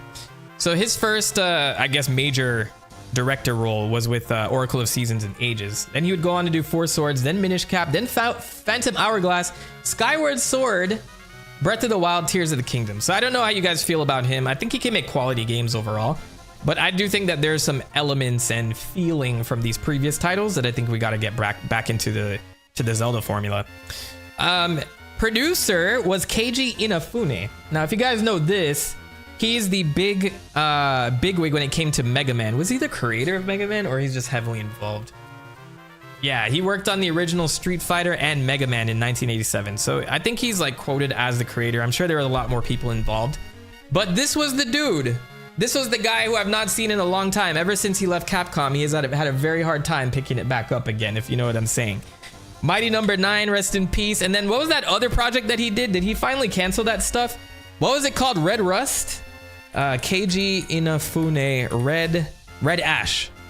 Is it still around? Kickstarter. Remember he was supposed to have like is this it? Yeah, I think this is it. He was supposed to have like some follow-up to Mega Man Legends 3. And this, I think, is the Kickstarter. It was kicked. And we never got shit. Oh, this is the animation. We got the animation. We didn't get the game. We didn't get the game. And that Kickstarter is gone now, I think. Is this it? funding unsuccessful. Oh, it was unsuccessful. Never mind. But they said they were gonna do it anyway, and they never did. Red ass is right. Anyway, so this is your boy who produced it. Was involved in a lot of Mega Man games before leaving Capcom, and he has not been able to pick up ever since. But it's just kind of crazy because he produced so many solid games. Like, he has a really good resume. He was the character designer for Mega Man as well. When he got into the producer phase, it was Onimusha. I believe he's involved in Resident Evil to an extent too. The Battle Network series. Let's see, more Onimusha. Street Fighter 4. He was executive producer of Street Fighter 4. I didn't know that. Yeah, and then, like, it's kind of sad to see. He's a producer for Fantasy Life I, The Girl Who Steals Time. This is a very niche release for people. I don't know if you guys remember this game, but this is made by Level 5.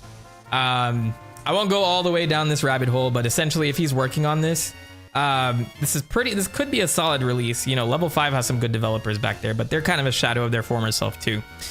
Anyway, so moving on, he was the producer. And then followed by that, you have all these programmers that don't have links, so they probably just spirited away or probably still work at Nintendo somewhere. You have artist here, and then the composer, Mitsuhiko Takano. Who is this?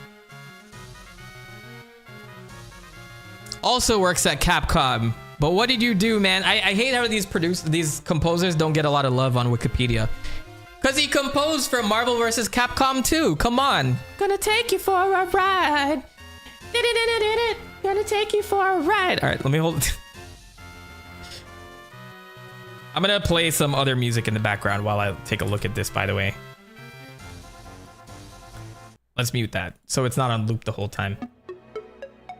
All right, so Takano is known for his arrangement work, which is Super Nintendo Mega Man X series. So he was in the Mega Man X series?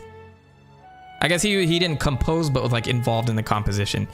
And then he did a lot of the Mega Man Star Force series. So as you can see, a lot of properties converged with this for Capcom. And then we'll get into, let's see, a little bit of development here. You guys are getting the lore from the actual gameplay. So with that in mind, let's read up on this. After Capcom and its scenario writing subsidiary Flagship had finished developing Oracle of Seasons and Oracle of Ages for Game Boy Color, they began work on a new Zelda game for the Game Boy Advance. And there's a little article here from IGN which says that Miyamoto confirmed Zelda. So this is kind of what I do during research. I'll go to a lot of these archive articles and sources and see if there's anything else. Because it's actually cool to see what IGN was writing at that time. And I love how they missed the mark on a lot of these things too. So, let's see. Capcom in charge of the first original GBA installment in the series. In an hour-long interview with Dutch video game journalists. Oh, so you all pulled that from some other outlet and you didn't even credit them. Bad IGN. This was published in 2003, by the way, at 3 a.m. What were you doing? Game designers Shigeru Miyamoto and Eiji Aonuma, who is now the executive producer for the whole Zelda series, confirmed that a whole new Zelda game for It must get pretty lonely here. Gotta go fast, salir corriendo.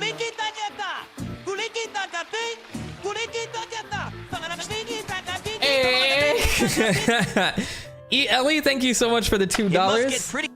I love hearing Sonic come in and give his 2 cents. You know what I mean? So thanks so much for that. You are a true champion.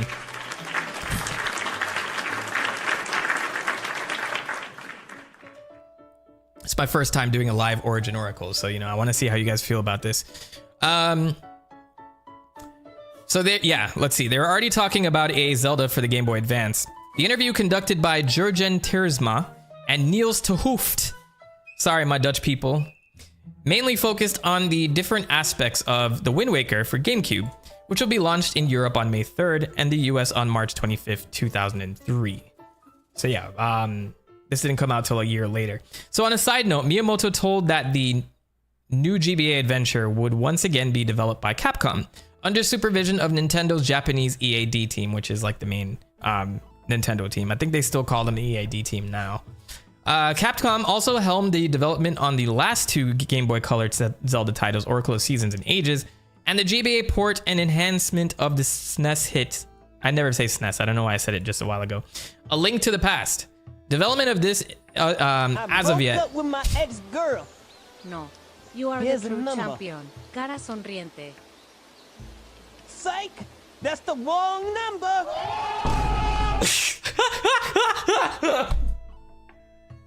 I forgot that one was in it. Thank you. Another $2 from E-Ellie. I appreciate you. That's three super chats out of 10 before we do that Sonic DC thing. But yes. Ellie, thank you so much. I'm gonna say Ellie. Or is it EE? Should I just say EE? I know a streamer called EE. That's why I said that. But thank you so much for the donation. Thank you so much for the super chat. Every dollar goes a long way. And just show support. You know what I mean? That means a lot. Thank you. You are the true champion. We'll go back and forth on this all day. All right, so a whole new Zelda on Nintendo's 32-bit handheld meant good news for mobile gamers with an urge for truly new content. Not counting the multiplayer only The Four Swords, the GBA has yet to see its first original installment in Nintendo's flagship Mario and Zelda series.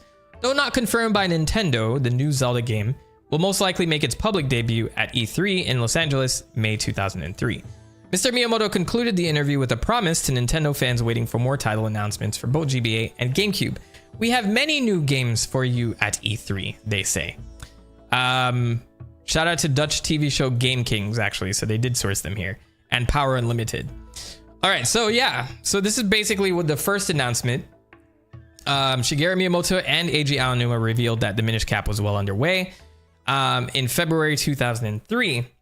And they said work on the title was initially suspended to allow the teams to focus on Four Swords, but then, it was cleared up and they could get back to development. Nintendo launched a website for the Minish Cap in September 2004, showing concepts of Link's shrinking ability.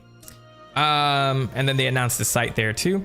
The game had a cartoonish art style similar to the Wind Waker, as it has a fairy tale setting similar to said game within the world of Tiny Fairies, a universal fairy tale story. An effort was made to make Hyrule Town, the overworld central city hub, feel like a living, breathing city with people going about their ordinary lives. So I love when Zelda has a central hub. I think like Breath of the Wild and Tears of the Kingdom was iffy for me because I didn't really enjoy... I think Tears of the Kingdom tried to build on it, so it kind of made sense that these people were like stuck in like little towns and their hidden towns and like stables and like little camps, right? So it made sense for the Breath of the Wild vibe. Hyrule is normally just like in a very poor state. It's like normally it's in a very shitty vibe is happening. But I would love to see. I remember there's like some concept art. Is it Legend of Zelda? Let me see the first one. So the whole lore for the first Legend of Zelda is that things were like so bad that people were living in caves. I need to free up some memory apparently. I'm going wild here. So people are living in caves. Let me see the gallery here. But I would love to see like a more like lived in destroyed world. Not people that are just like a whole desolate field environment. Maybe like, more interactions on the road, showing like ruins and people like running from moblins and like things like that. Like something that shows like the dire need in Hyrule. Or if it's a time of peace, like a much more active castle town, because I really love when the Legend of Zelda leans into things like that. Like look at it. So people had to live in caves, but I think there's an image of like some orc or something, some moblin chasing villagers or something like that. Maybe that's the second game. Either way, I'd love to see more of that. If Hyrule is in a bad state, let me see the villagers in a bad state. Not just like hiding and stuff like that. So that's just my point there. But yeah, for Minish Cap, it's obviously in a much more prosperous Hyrule. So we have a whole central city hub here. This combined with Link's ability to shrink in size allowed for unique angles on the perspective of a safe town, turning the town itself into a dungeon of sorts for the player, which, if it's safe, why is it a dungeon? Aonuma is reportedly impressed by what the development team was able to achieve with Hyrule Town, particularly given the restrictions of a 2D game, commenting that it even surpasses Clock Town in Majora's Mask. The game's Gus Jar, which is spoilers because there's going to be a gadget called... I call it gadget because I'm used to playing Ape Escape all the time, but item, tools, was inspired by a gourd that can suck up anything from the novel Journey to the West, which I think is also referenced in Dragon Ball at some point. Several other aspects of the gameplay were inspired or directly lifted from Four Swords and Four Swords Adventure, both of which Minish Cap serves as a prequel to. For example, the gameplay concept of shrinking to Minish size in the Minish Cap is a fleshed out extension of the function of the Gnat Hat from Four Swords, a hat which allowed Link to shrink into the size of a gnat. So a lot of this was repurposed stuff at the end of the day. They said, what if we used this item and made a whole game around it? So that's, you know, how they came up with that mechanic in a nutshell. Let's see. I know about the EE the streamer too. Okay, see? So like, hey, look. He used to do Smash tournaments, but now like I love how he was prime in his COVID days when it was like during the pandemic. I don't know. Everybody's on a different level when it came to streaming during COVID days. But he was like sitting there. I think that's where he was watching Master Chef. And what was it? Oh, Dr. Umar. Him and the doctor, that's how I discovered Dr. Umar. It's like, it's just hilarious to watch him watch that. I think there are rumors of Oracle of Ages and Seasons getting a remake in the future.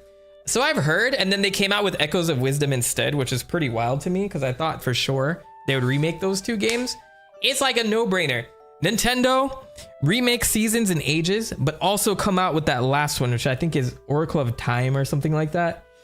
I forgot what they were playing around with.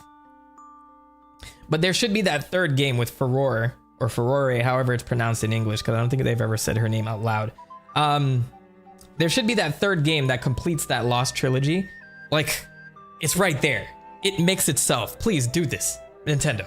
Or Capcom. Capcom, come back to this and do it.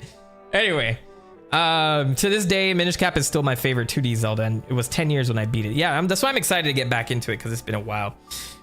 At first in the Zelda series, the game was released in European territories before first in the Zelda series. So I called this out earlier and I wonder why. The main cited reason for this was that the Nintendo DS, with the European DS launch scheduled for spring 2005, Nintendo of Europe pushed to make the Minish Cap its handheld Christmas killer app. On the DS though. That's not a DS game. You can tell they were scrambling and scraping over there. Conversely, Nintendo America held back on its release so not to cannibalize the DS market. The game is included in the list of Game Boy Advance games that is now available for download for the Nintendo 3DS. So this game came out after the DS came out? What is Nintendo DS release date? Yeah, November 2004. So that makes sense. You should have just bundled Minish Cap with it, man. But then you shouldn't bundle a game that's not for the platform you have. I don't know. I see why they did it. So yeah, that's kind of why Minish Cap is often in the shadow of a lot of things. Why am I looking at a disgusting gnat picture here? Thank you. That's why I think Minish Cap is a little, I don't want to say underrated. I think forgotten is a buzzword too, but it's kind of like, you know, something a lot of people didn't play because they were running to the DS market at that time. So it probably didn't get as much publicity as it should have. That's pretty much the whole life of Star Fox in a nutshell. All right, so that's what happened. The game is included in the list of Game Boy Advance games that's now available for download for the Nintendo 3DS Virtual Console. RIP to that console. I think they got rid of that.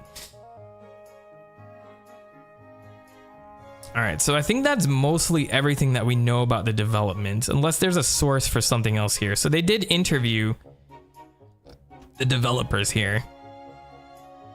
I think I'll get back into... Oh, there was an interview with Eiji Aonuma. Okay.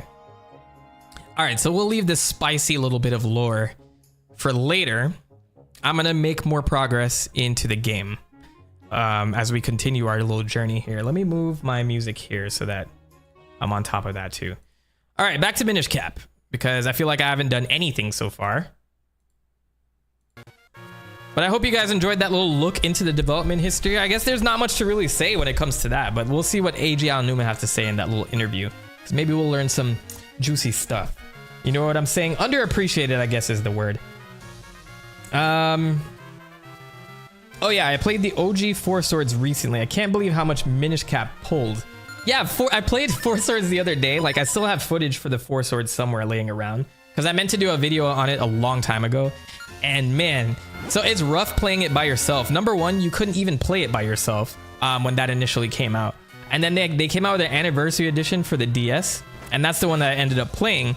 And you cannot play that You can play it by yourself, but it sucks. It's horrible. You have to switch between one link and another to do work for you. And so it's just like I don't want to say it's bad. It's just like it's the first multiplayer Zelda, right? But it's just like, I don't know, rough around the edges, I guess. So I think Four Swords Adventure was probably the much better game, and then they released it for the GameCube, so there was that. And then Triforce Heroes came around and was like, okay. So I'm curious to see if they'll ever go back to the multiplayer style of things. We'll see. All right, so my first order of business is to go to the Minish Woods. Oh, look, they're already building stuff. Let's see what this guy has to say. The name's Muto. I am head carpenter around these parts. The King of Hyrule himself has entrusted me with this project. See? That sorcerer's attack tore things up pretty badly around here.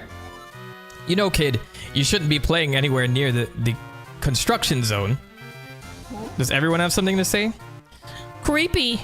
It's like all these monsters just appeared out of nowhere. That sorcerer was something else. He really tore up the town, so we've got serious backlog of work to do. Yeah, I had it as a kid, and I was so heartbroken I couldn't play it alone. Yeah, like, imagine thinking you could buy these things, and you ever get in those situations? I think Final Fantasy XI was the game for me that did that. I didn't realize there was so much red tape around getting that game to work. First of all, I had dial-up still at that time. But if you had, I don't know if you guys remember Play Online, and it was that little portal that Square Enix had for their online games. And you had to just sit there and wait for things to download. I'm talking like huge, big megabytes of data all over dial-up. And so when I had to do that over dial-up, I had to like steal the phone line, and anytime anyone picked it up, I had to re-download all of that stuff again. So I had to put it on overnight and hope for the best. I did not have a good connection. And then there were people who had broadband at the time. So I bought Final Fantasy XI, and I just could not play that game for years. And then I realized there was an online subscription that I had to pay. I asked my parents, and they said no. And so I'm like, how am I gonna get a credit card to pay for this subscription for this online game that takes forever to play? And I didn't even have the computer that could run it well. So I figured my way in there. Finally. I'm loading up on vitamins. Eating my strawberries. But finally, somebody gave me one of those Visa credit cards, which was new at the time. Like, now there are Visa gift cards everywhere where you can have like a credit card number for anything. But at that time, it was brand new. I remember they didn't do that. So I used that gift card. I'm like, I wonder if I can put my name here instead of having a valid credit card. And I did it, and it worked. And it was like $50 on that card. So that was good for like maybe 4 months or so. And I had the free trial. So finally I got to play Final Fantasy XI. But then I had no friends.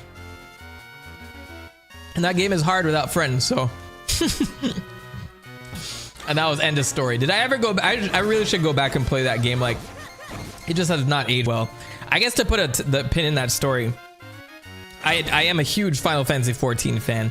And I've played up to the Endwalker, which I think is probably some of the best Final Fantasy stories ever told. I know that recent DLC or standalone pack came out recently, so I have to like do that. I just haven't had the time. But maybe one day I will get a Final Fantasy XIV video going, you know? I'm gonna need help with that. I'm gonna need a village to help me build that. My parents didn't trust buying stuff on the internet for a while. Yes, I went through the same thing. Remember, they're like, don't give your name out to strangers and don't talk to strangers. Man, we've come so far. All right, let's get to work. This house is empty. I think we're gonna meet the Minish first thing, or the Picori, I should call them right now. I'm just gonna walk around until I find something. Oh, I think we gotta meet Eslo. What are these things? How come we've never seen a chick thing like that in any other future Zelda title? What are those things called? I broke up with my ex-girl. But this theory Here's his number. was meant Oh to my get God. people to www. For the art Psych! style, That's the the wrong mysterious number! shells, the Ocarina of Wind and the Goddess Pearl as assets. Huge donation by my guy Philip Kelton with wait. You gotta give me the right I'm looking at $50, but I thought it was 50 US. Still a big donation either way. Is this 50? Is this Mexican dollars? I have to figure that out.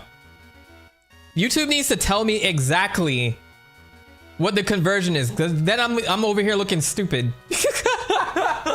Either way, Philip, thank you for the donation for the 50 pesos. Had this theory MC was meant to be a sequel to Wind Waker. MC, Minish Cap, was meant to be a sequel to Wind Waker. For the art style, the mysterious shells, the Ocarina of Wind and the Goddess Pearls as assets, which makes sense, right? Because there's a very similar item system between, like, of course, the art style comes from Wind Waker and Four Swords. But if it was going to be a sequel for Wind Waker, they eventually would make that the Phantom Hourglass. I believe I've heard information about that. Let me check Phantom Hourglass real quick. Maybe see that. Maybe there was a shout out to that fact. It's a strong theory either way, though.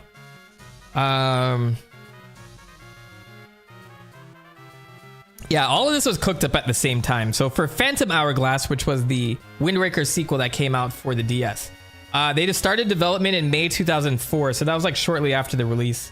No, this was before the release of this game. At which point the game still had gameplay similar to Four Swords Adventure. So at a press conference in Japan for the Nintendo DS in October, Miyamoto would say that they were thinking of bringing Four Swords to the DS, and then that would eventually become the Phantom Hourglass. So it's a good call. I think Four Swords influenced Phantom Hourglass, and then Four Swords Adventures inspired Phantom Hourglass, and then Four Swords inspired Minish Cap along with Wind Waker. So there's credibility to that theory.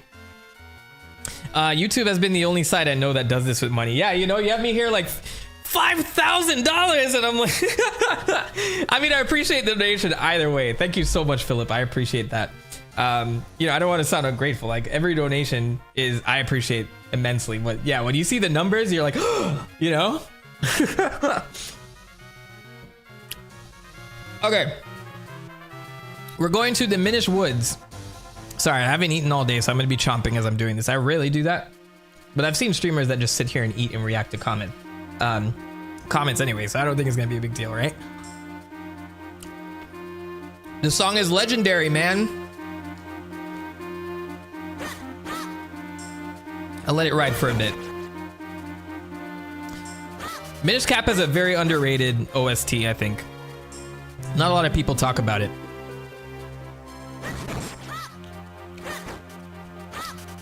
All right, we are in the Minish Woods.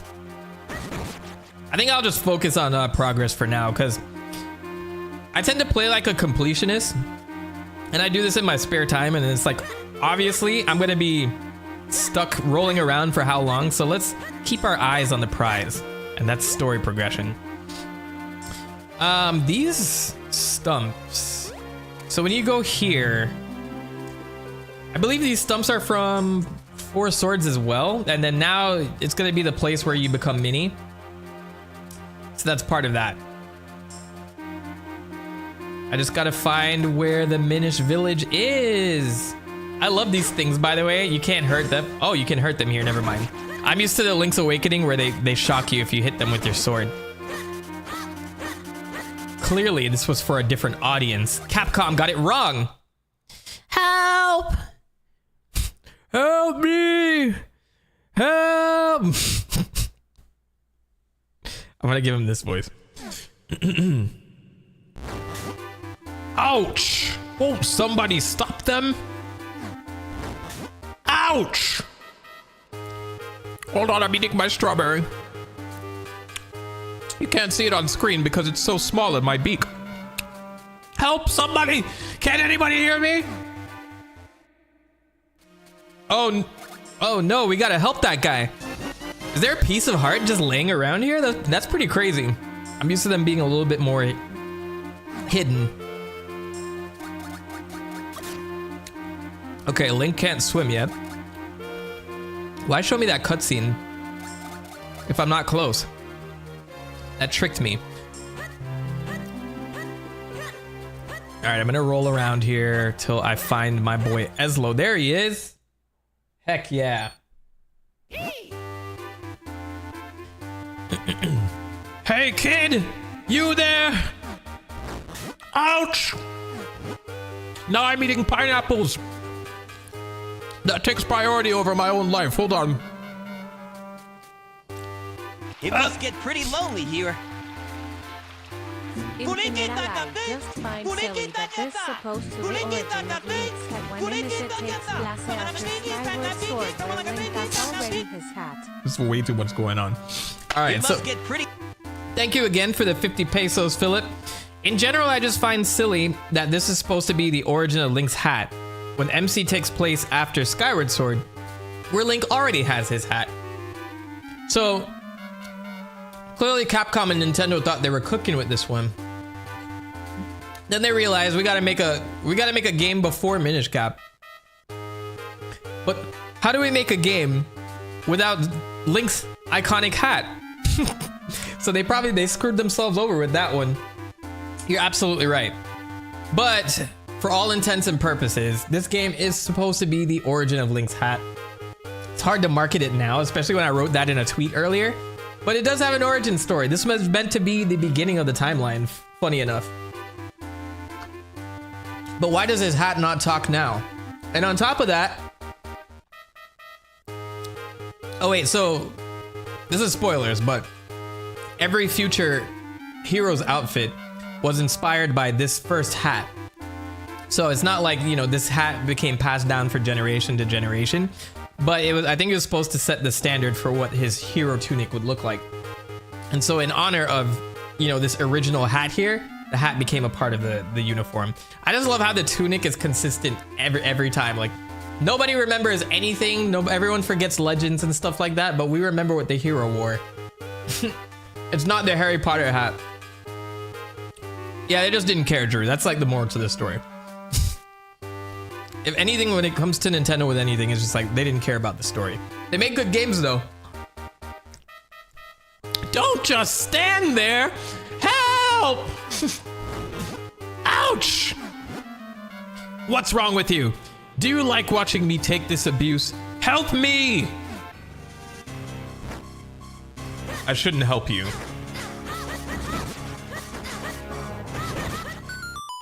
I'm off to a great start with the defense here. Woo! Well done. That was close. Not that I couldn't handle them myself, but that's beside the point. What? What in the world is a lone child doing so deep in the woods? What? Ho ho, I see. The Picori, you say? And Vati? Vati's cursed someone? Down the well? What? The sacred blade? I just picture like Link is like Courage right now. I don't know if there's any Courage fans out there, but that's exactly what that reminded me of. Is that so? I see. You know, you and I have quite a lot in common. You see, I too am on a quest to break a curse of Vati's. And you say that reforging the sacred blade can break his curse, eh? Well then, you have found yourself a companion, my boy. My name is Eslo. It's a pleasure to make your acquaintance. Ah! All right, so now we just leave it. Wait, I say. You walk so quickly. Is that a new subscription? Helio Parente, thanks for the sub. I don't know if you're in the stream right now, but thank you. You walk so quickly, too quickly, in fact. Can't you go any slower? Surely you've noticed that I have no legs. Boy, take a good look at me. Do you really think I can walk that fast? How long can I walk around with him complaining like this? Oh, you're supposed to do that. Ugh! If it isn't one thing, it's another. You are a troublesome boy. And there you go, Link hat. There, now you can't possibly leave me behind. My, it's quite comfortable up here, huh? More comfortable than it looks, surely. and much easier on me. Hey, quit your squirming. Can't you sit still, see? There. Yes, that's it. Much better. Now, I suppose a boy like you still has much to learn about the world. If ever you need my insight, press select. You don't have a button called select, do you? What am I saying? But I'll be happy to help. Ah, such a hopeless child.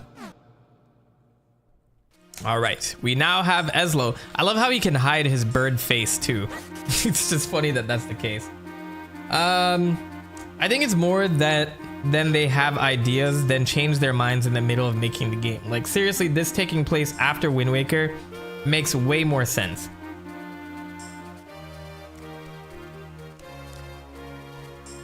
Or this could be the kingdom that floods Wind Waker. So potentially it could come before Wind Waker. You know what I'm saying? There are places that they could put this without of like destroying a lot of the lore. But, you know, it happens with Nintendo. That's just kind of like their MO. So that's why Breath of the Wild pretty much erased the timeline at this point. Because Tears of the Kingdom came out with some other stuff where I'm like, huh, this has no connection to anything really. I wonder if they're just fully committing to a new timeline. Just brand new, just start fresh. All right, so now that I have Eslo, where the hell do they want me to go? I think I gotta go back the other way that I came. Because I cannot shrink small anymore. Oh, there we go. Hold for a moment, my boy. We've stumbled across something important. The world of the Minish Cap is very small. Wait, sorry. The world of the Minish is very small. I don't know why I said the title of this game, but you're far too big to meet them now. Huh? Who are the Minish? Stupid boy. Silly me. Allow me to explain. You humans call them Picori, but they refer to themselves as the Minish. Strange how, in the world of humans, only this forest has kept that name. Anyway, deep in the forest, they built a tiny village where many now live. But if we're to enter the village, we'll have to make you a touch smaller first. And now we become small. Look at that. At first glance, it appears to be a mere stump, yes? No! That stump is a portal, used by people long ago to adjust their size. With my help, you can use it to shrink down to Minish size. Just stand on the stump and press R to shrink. Your gods will know what that means. I don't know if you know what the R means. To return to Norman, stand next to the stump and press R. Get me up there and we'll give it a try.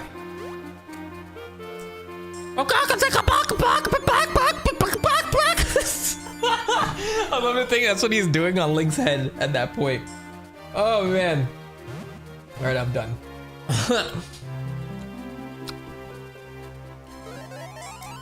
There might be they might be at this point because a lot of the events of Tears of the Kingdom feel like its own separate universe. Yeah, just call it a different dimension, man.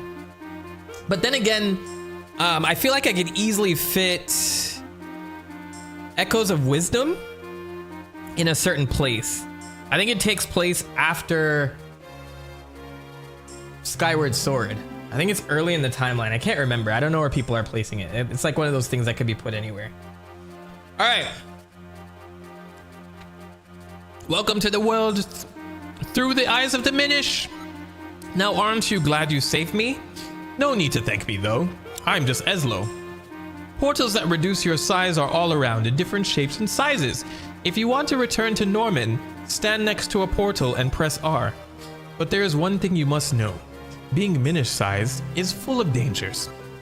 Mere puddles at your Norman size are... For anyone that doesn't get that reference, there was a show called Rugrats in the 90s. I'm pretty sure you guys are close to around my age. That's what the demographics says, at least, the analytics. But there was a show called Rugrats. And anytime like anything went out of control, it was like babies that talked. And so anytime anything went out of control, they'd be like, oh, we gotta get a handle of this situation. So let's do X, Y, and Z, and then everything will be back to Norman because they're babies, so they don't know how to talk. So I've been always saying back to, whenever I see back to normal, I always see back to Norman. So that's just stuck in my vocabulary ever since. Mere puddles at your normal size are bottomless swamps to the Minish. And as your companion, if anything bad happens to you, it happens to me too. So stay alive. Proceed with caution, my lad. If not for your sake, then for my own. All right. Yes, Otis. You get what I'm saying.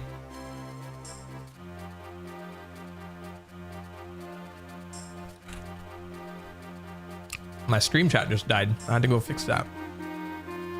All right, so I'm gonna run around here. We gotta complete some puzzles as a mini person. Oh, they're a little bit more lenient there than I thought. I thought I was gonna drown. All right, and then now we get to go to the Minish village, which I think we'll be returning to this place quite a bit throughout the game. I remember coming here as like a second hub, but maybe I'm misremembering. Is that a word now? I feel like that used to not be a word. Now it's a word.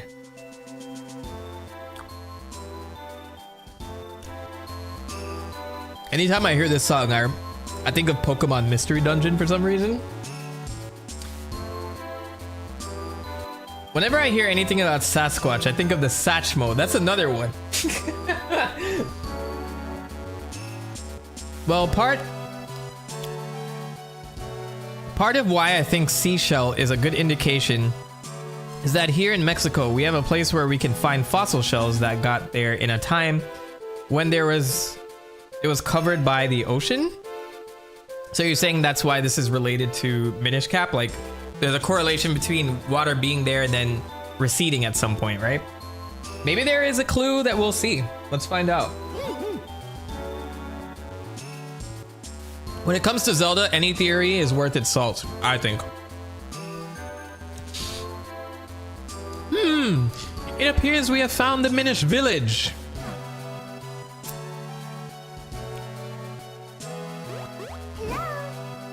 Picory, picory! Oh my god! Rippy, rippico, picory! Guys, they're speaking Italian. Pico, pico, rippico! I gather it's been quite some time since they last saw a human. What's that? You didn't understand what they were saying? Just now you don't speak Italian? Ah, yes, that was the language of the Minish. I have an idea now, actually. I'm gonna change his voice. Ah, yes, that was the language of the Minish. It's a little different from the dialect I am most familiar with. Though I know of the Minish, I'm a few generations separate. I come from a place called Jersey. I'm afraid I didn't catch most of what they said myself, but they were speaking Italian. And there's someone here who understands Italian. We should go look around and find him. All right, so I remember it's like an elder or something that we gotta go track down. Since we can't understand any of the Picori, it makes no sense to go talk to them right now. So let's make some waves here. I feel like I made zero progress. This is technically the first hour of the game, and oh yeah, where's Mario and Luigi? I remember you can hit those little acorn things for like. I wonder if there's any like rupees in them.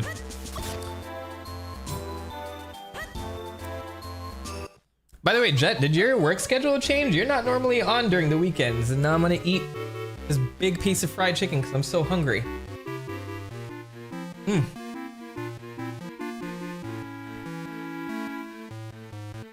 Amazing.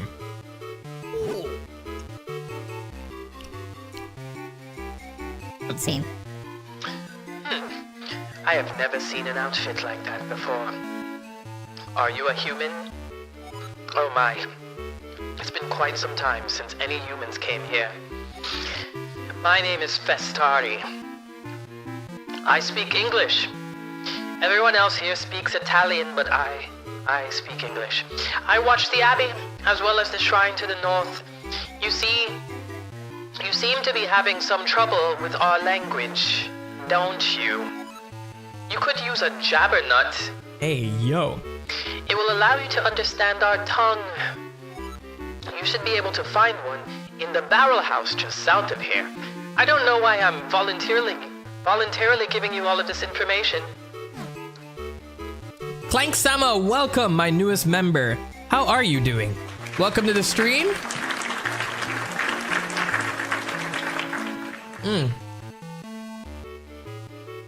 I'm doing the thing I hate watching streamers doing, that's eat while I stream, but time is of the essence. And I need my nutrients. But we're here chilling, playing some Minish Cap. And I'm trying to make it as entertaining as possible because there's a lot of lore at the beginning of this. I'm trying to at least get to the first dungeon, man. Give me some props.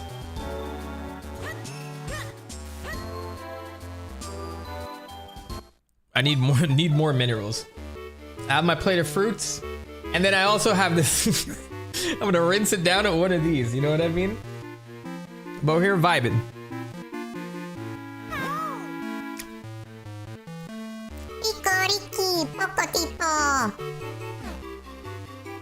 I don't understand a word you're saying. Is it in here? I'm supposed. Oh, is that the jabbernut? Hell yeah, give it to me. Oh, TheMentok. This must be the jabbernut Festari told you about. Well, you'd better eat it if you plan on making any progress at all. It's like he's talking to me.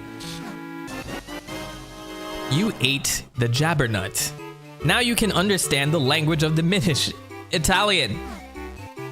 So I can talk to everybody now. Excuse me. So you've eaten the jabbernut, and now you can understand us. That's not Italian. The elder said that humans can no longer see us as they once could.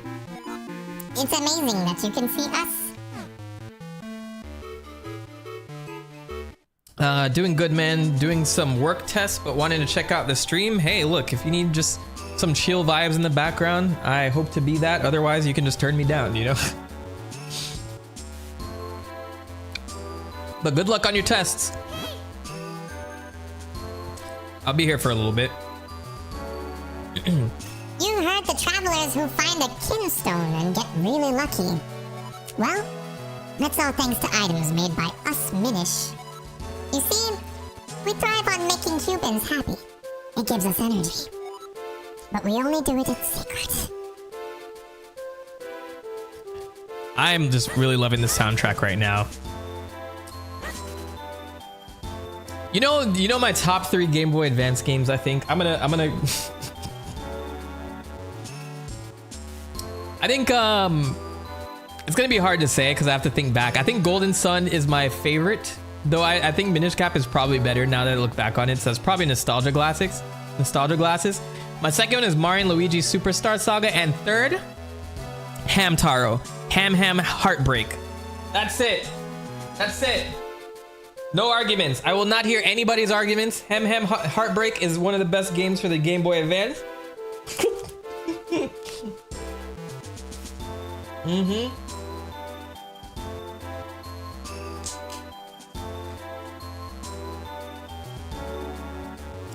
It's Hamtaro time!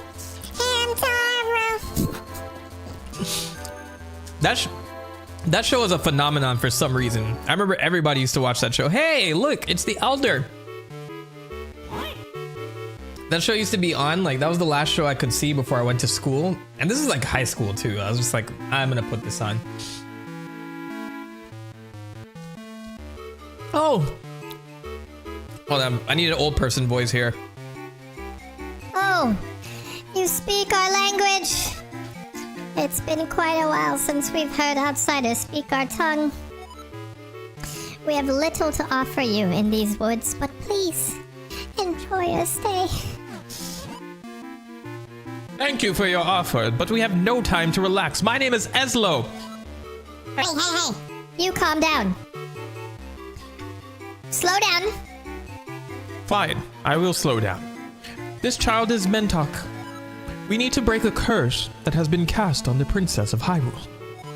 To do so, we'll need to reforge the broken Picori blade. Yes. You've come here now hoping to have the blade reforged. Well, if that's what you're after, you need 4 mystic elements. I'm putting you on a random quest I just came up with 5 minutes ago. These elements are the crystalline forms of the energies of this world. Only by infusing the blade with these energies can a new blade be forged. Here, give me your map. I can mark where these elements can be found. Oh, there, and there. Clearly places you all have never been. Get to work! The earth element can be found in the shrine to the north of the Festari's Abbey. Speak with Festari. He will show you the path to the shrine's entrance. Go with caution, dear traveler. Evil creatures have lately made their home in our shrine. Return to me at once after you have found the earth element, and then I'll make my breakfast. All right, so that is the first dungeon. So I think we have I think there's 4 dungeons in this game, if not like a little bit more. Yeah. Next, you'll have to go down to the shrine of the sinful monkey. But beware of the temple guards, where they guard the amulet of illusion. The Mayans once had the amulet of illusion to stop them from... My dog Olmec. Can you let me through, please? You wish to go to the shrine? Very well, this way. Come. Vile beast has settled in recently. Be careful. It is quite dangerous. I was so much Hamtaro growing up. That was my little guilty pleasure, man. Hamtaro had a little plot line going on, and I always wondered if he would get with Bijou or not. And I always wondered if Laura was gonna pass him along to some other owner. I used to be so invested in their little adventures. Bruh, I just found out Hamtaro has an active website and a YouTube channel. Excuse me? What is going on here? Is Hamtaro still on the air? Hang on, we gotta see this. Animated series. Maybe it's still going on in Japan. This is what Hamtaro looked like in the manga? That's horrible. It looks awful. Known as Trotting Hamtaro. In Japan, it had 3 anime series, 4 films, several specials, DVD releases, and merchandise. By 2002, the franchise had generated $2.5 billion in merchandise sales. That's insane. The success was not paralleled in the US, however, with only the first series and some special episodes. You mean there are 3 other series that I did not know of? Look at all these games too, man. Ham Heartbreak, this shit is like top 10 of all time. This was like a solid game right here. But what do you mean they had so many, like 4 anime series? Is it still going? I think it ended already. Okay, so it's probably like living off the merch right now. Hamtaro website. Do I need to become a Hamtaro channel and get into the Hamtaro lore? Like, what is good here? You always go to those people like, why is this guy so obsessed with Hamtaro? It's like, well, he found out he was making 1.5 million views off of each Hamtaro video. So clearly there's an incentive. Look, I don't mind putting on my, I don't mind sitting here chomping on sunflower seeds for you guys if it's a separate channel for Hamtaro lore. Hamtaro has a YouTube channel.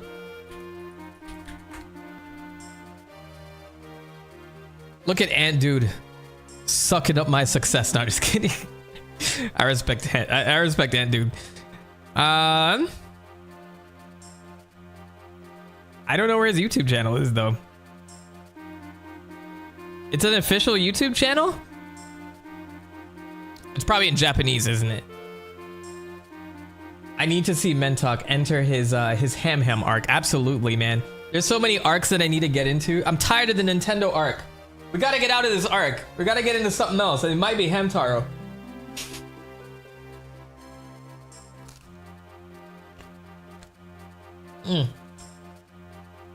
The ideas are flowing. So on my list right now, I gotta make a Hamtaro channel and a Skies of Arcadia channel, completely dedicated to the world of Skies of Arcadia. Anyway, welcome to the first dungeon. So this would be the Deepwood Shrine. Broke up with my ex-girl. Antaro Arc. Here's a number. Psych! That's the wrong number! Hey! Ellie, thanks for another $2 donation. Are we voting for the Hamtaro arc here? If Andu did it, maybe I should do it. I don't know, my time is precious though, so like I gotta get through the Captain Falcon stuff and the Smash stuff, but after the Smash video, anything is up for grabs. I'm gonna try stuff. Randomly. You never know. Mentaro? It's Mentaro time. It works. It works. Clearly there's a lot of lore to explore in the world of Hamtaro.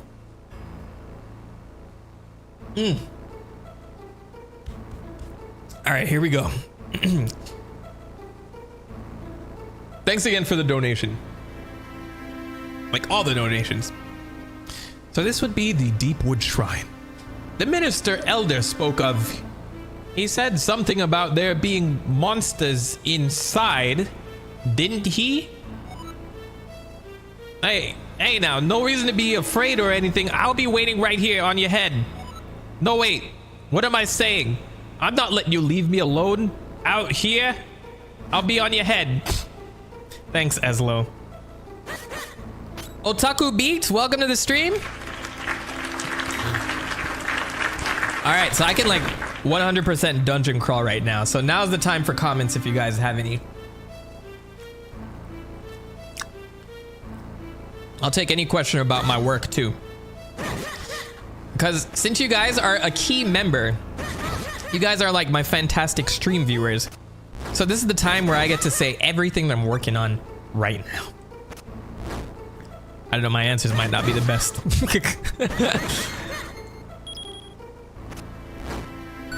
But I'm inspired. Hamtaro content. It's okay, I check out your channel constantly, so eventually I'm gonna run into a Hamtaro video from you. That's probably gonna happen. When I do my Hamtaro video, you know I'm just throwing stuff at the wall. All right, now's my time to kind of eat too, so.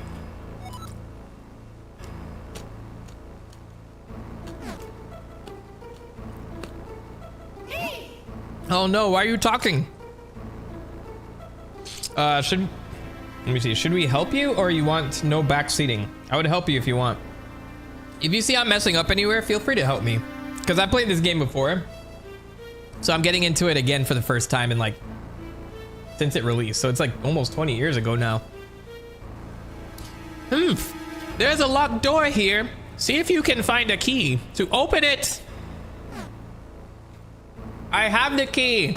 It must get pretty lonely here. Ah.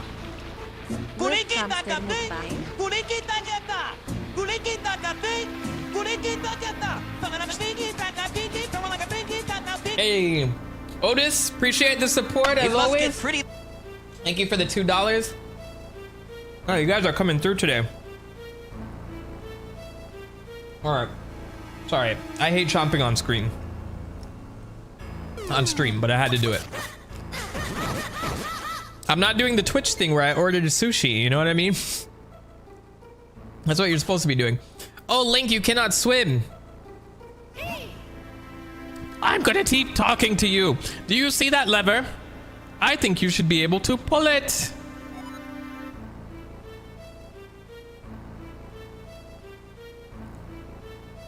All right. Thanks for reminding me of the pull mechanics here, son. If that's the case, when is Hamtaro coming on the channel for a collaboration?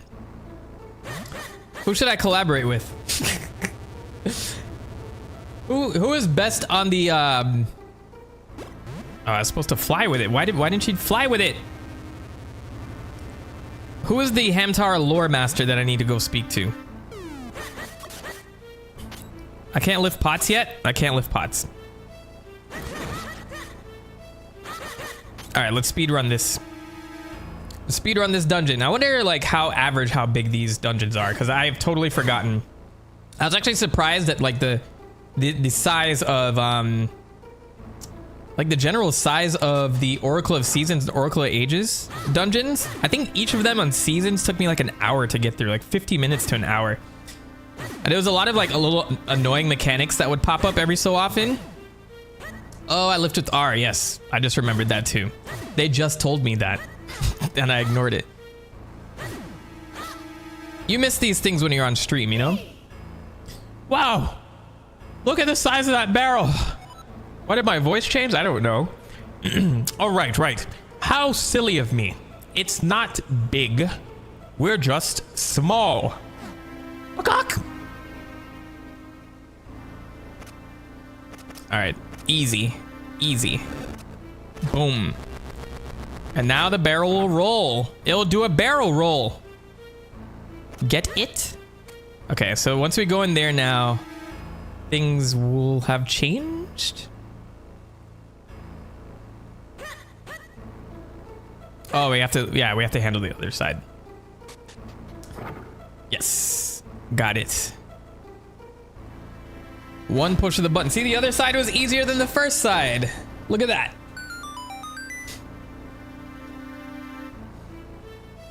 Yeah, the game visually looks great. I think like Game Boy Advance stuff, even though like widescreen or big screen like this, you kind of see like the pixels getting a little torn up.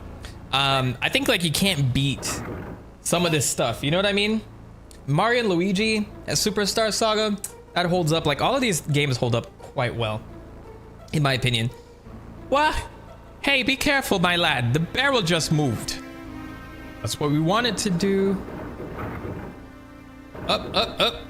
Oh, go back. There it is.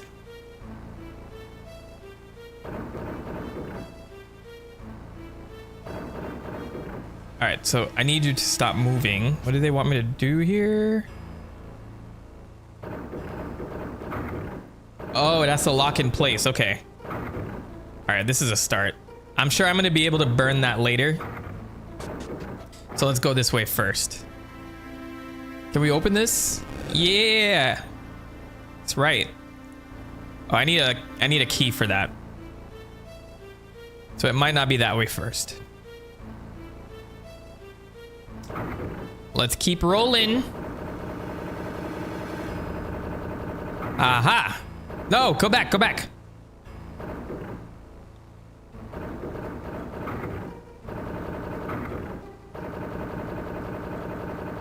This time I'm gonna make sure I get in there. There we go. All right, so now we're on the other side. We'll grab a key. I bet it would look so much better in an actual GBA SP or micro screen or a DS.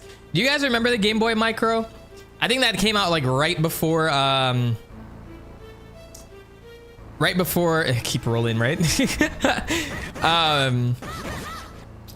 Right before the DS came out, they came out with a Game Boy Micro, and I remember it looking pretty cool, and it had like this really bright, a much better screen or a much better lighting than the SP or something like that.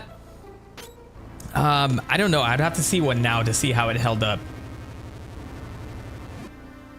You have a camo micro Game Boy? See, they had like this different skins for it. I think I still have the generic pink Game Boy Advance. I got it as a gift. Like they were sold out, so the only one I had was pink, and I'm just like, no, it's fine. It's only the game that it's only the game that matters to me, you know? That was my response.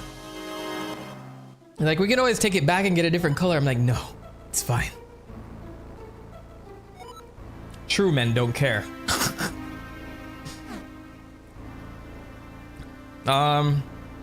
What did I just get? I wasn't even reading. Oh, I got the map. Okay. You know what's funny? I don't check Zelda maps a lot. That's another thing. I like to walk around and just memorize the lay of the land. So it's very rare that you see me actually use them. But if anyone gets frustrated with me, just yell at me and say, check the map. All right. So I'm gonna open this up. It's just cool to go through dungeons and get everything though, like the compass, the map, even though they're like useless most of the time. My trigger finger is ready. What we need now is something to hold down this switch. Nintendo Switch. Hey. All right, I'm gonna move this pot. Clearly, this is what goes on top.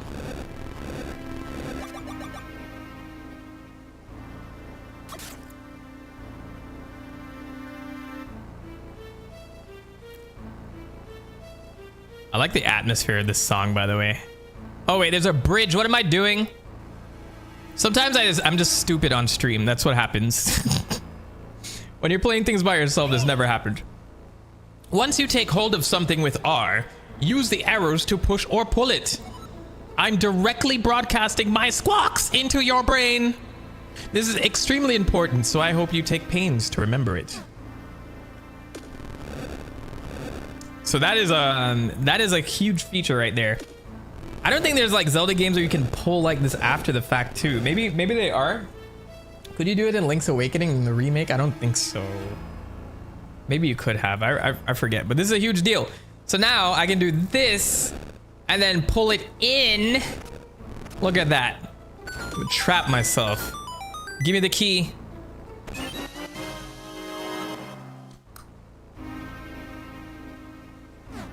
Link to the Past, you can do it, but it depends on the block. So maybe it's always been there. It's just, I always remember getting stuck and not being able to pull certain things. My favorite GBA micro is the Mother 3 version and the Mario 20 years anniversary Famicom controller. I didn't know they had all of this stuff. Let me see this. Mother 3 Game Boy Micro. Game Boy Advance Micro. Oh, somebody was this you? That looks cool, man. Look at that screen. I think this is like the ideal Game Boy experience. I should really buy this to replace the one that I have. I still have my old Game Boy, actually. I think it's sitting here. Ah. Is it in here?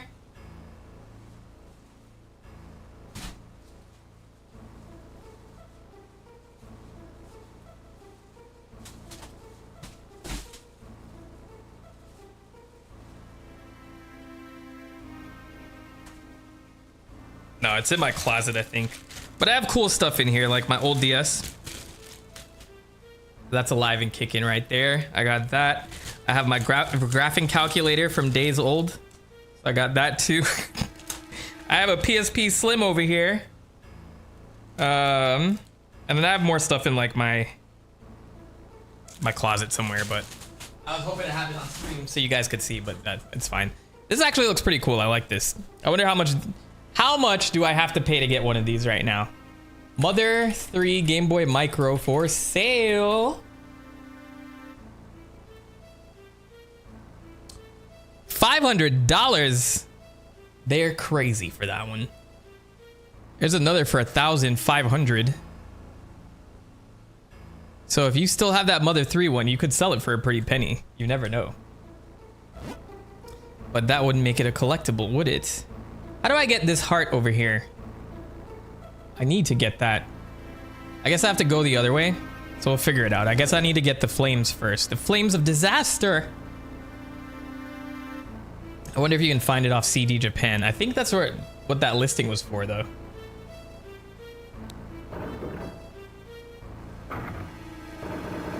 Uh-oh, we got a minute before the goal's over. If you guys want the Sonic and DC crossover read-through stream, 3 super chats and we would reach the goal. It's a minute. I can't extend it. I don't know. After that, it's out of my hands. No, I'm just kidding. I don't. It's whatever. I think I'll do it anyway. But just for the incentive of it all, like just for the feel goodness of it. Is this open? Yes. Get this open.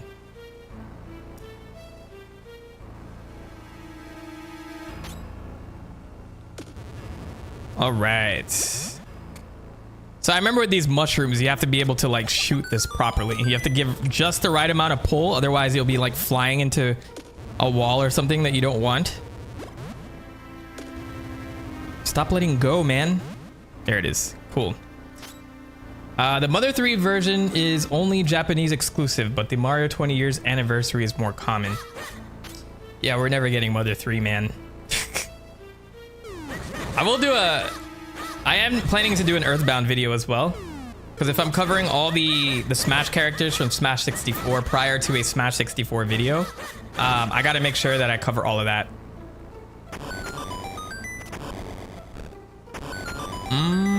I think I played myself. Hold on.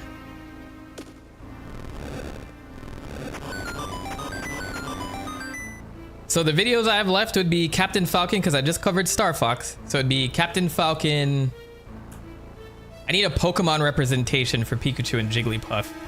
So probably going to cover Pokemon Red. And if I'm feeling spicy, I'll do Pokemon Gold and Silver. Those are my favorite 2 games. And then the last one would be Earthbound. So, but then I'll probably cover Mother 1 at the same time. So those are like the 3 franchises that I need to get to. And then I'll do a solid dedicated Smash 64 video. You know what I mean? So it should be fun. I'm looking forward to that. Oh, I know what to do here.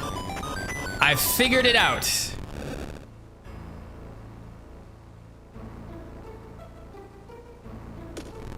Push. Yes. And we're in.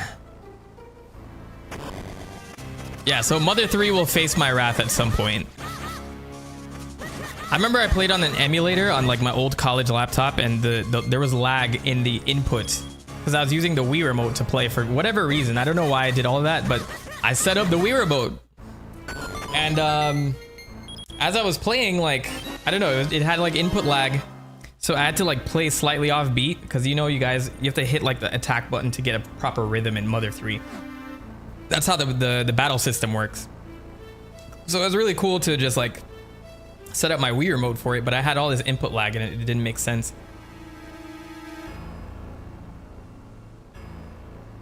Right, pushing through. We're making it through the Deepwood Shrine. Wait, I can lift this, yes? I'm just so used to pressing A to pick shit up.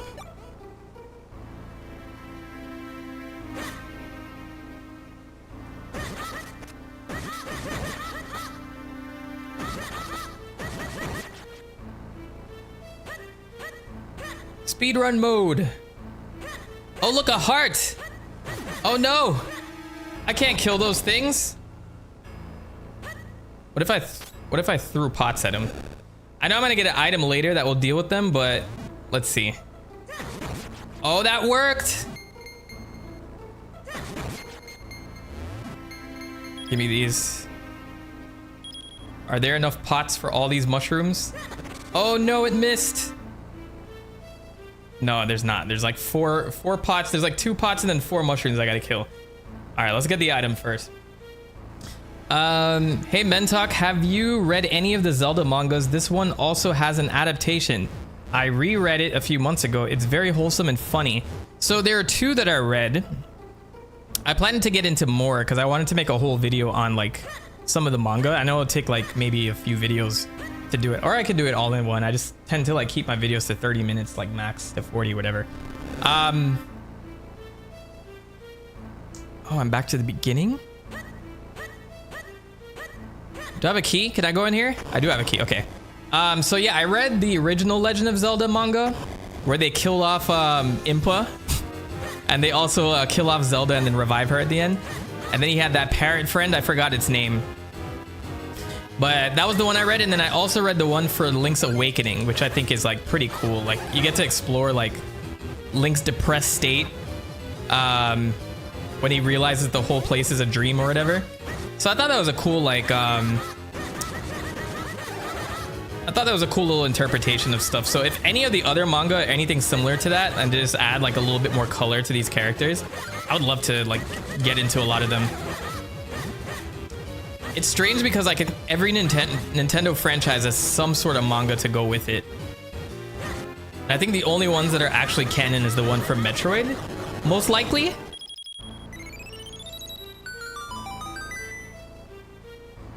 What do we got? We got an item. It's the gush jar.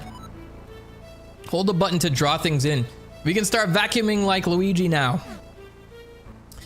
Who needs a shield when you have the Gus jar?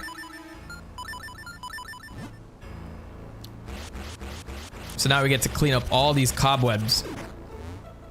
There's no incentive for doing so, but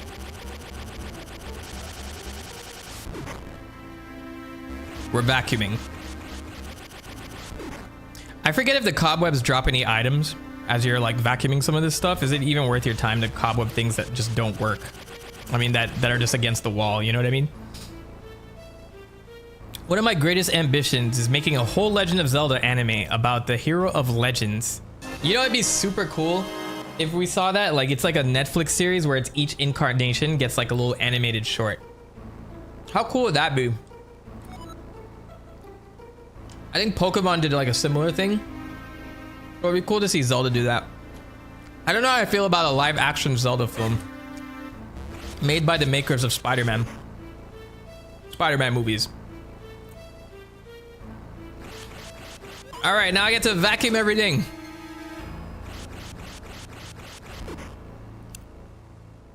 Yeah, so I'm like a little worried that they're not consistent with like the Nintendo franchises that they're setting up for these like different mediums.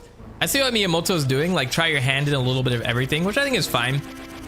But I don't know, for like a live action thing just sounds a bit much. And how would you even pull it off? But maybe I trust Miyamoto with the vision, you know what I mean? We gotta trust Nintendo.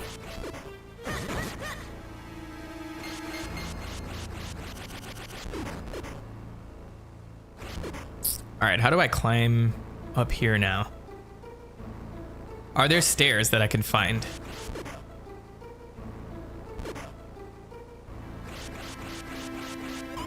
Aha! No, that does nothing. But I've got 10 mysterious shells!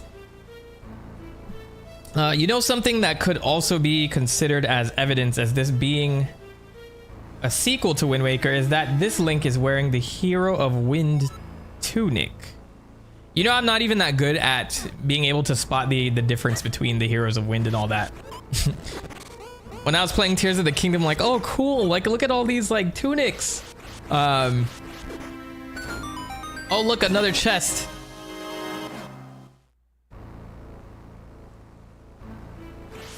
All right, I gotta figure out how to get up there. Is that a free piece of heart, or I gotta figure out? I think there's probably a shortcut to get there. Maybe I have to go to the front.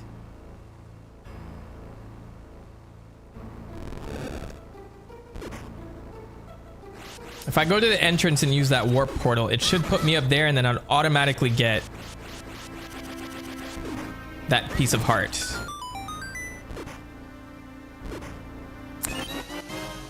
More shells. Seashells. Seashells by the seashore. Oh, you can suck this up now. So now I can access another room. But first I want to go back to the beginning really quickly. Let me see if my theory is right. I don't remember all of this. Oh. Check this out. Yes, sir. We're smart. I'm doing smart things. Because I need that piece of heart.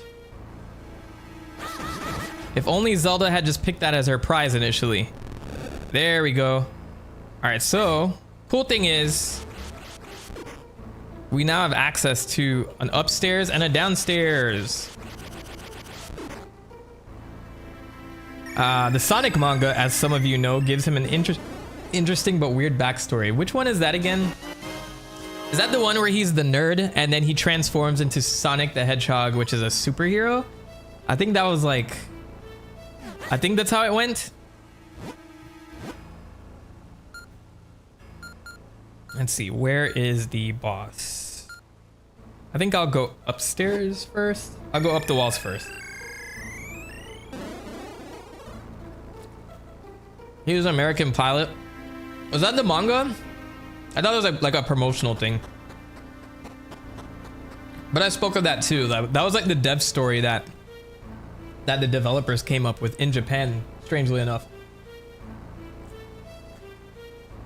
He's like the ongoing spirit of a dead American fighter pilot. who got into an accident trying to break the sound barrier.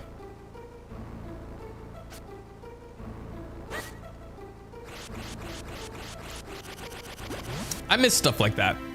I miss when like backstories were weird.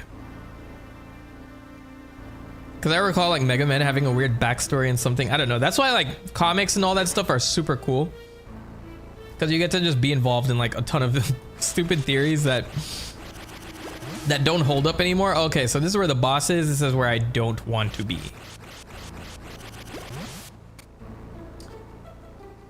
I gotta get the boss key first. I love Zelda and many other franchises, and I really love the GBA because I grew up with it. GBA has some solid titles on there, man. I know for the Switch ports, they have Mario and Luigi, and then like Golden Sun. And I was playing Golden Sun again, and I didn't remember it being as slow as it actually is. I'm not saying it's a bad game, but maybe I'm like thinking back on it a little too, with nostalgia glasses. Has anyone played Golden Sun recently? Or am I dating myself? All right, I gotta go this way.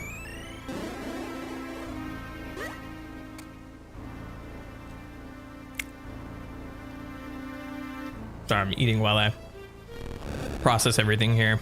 I think there's another area to go here, but first we'll go underneath. There we go. What is down here?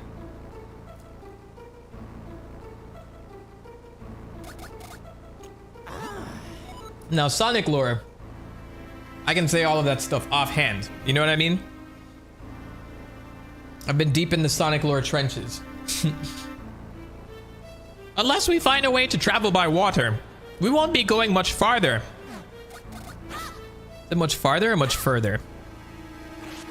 Luckily, I have the Gust pod. Is that what it's called?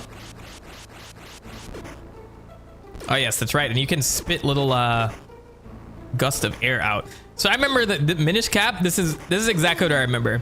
If you're playing Minish Cap, get ready to do this a lot. I think this is like the most important item in the game.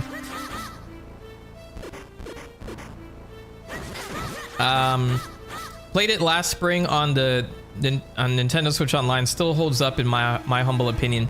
I think I remember Golden Sun 2 being a lot better, and you had to like kind of get through a certain part of the first game before it really starts to pick up. But it's like the amount of gins that you have to collect and stuff like that. Like all of that was very overwhelming to me growing up, and all the crazy combinations that you could obtain. Why am I? No.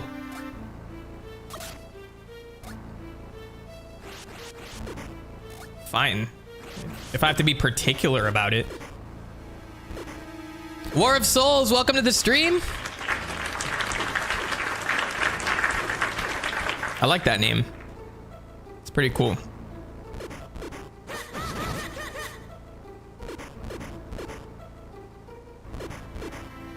Oh no, I have to time this right. Oh no. There it is. Ah! Okay, I recall that there's gonna be a lot of that in the next few moments. JRPG designers be like, what if we only made this fun after the first act? I know. I get so sick of starting over a JRPG because I'm like, oh, I'm so invested in this story. I'm ready to go. Let's start.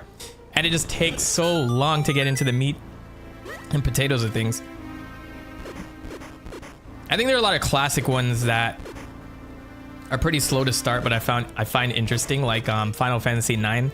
But I remember 8, not so much. I think 7, I've played so many times, I'm actually sick of the intro now. I'm even sick of doing it in the remake, you know what I mean?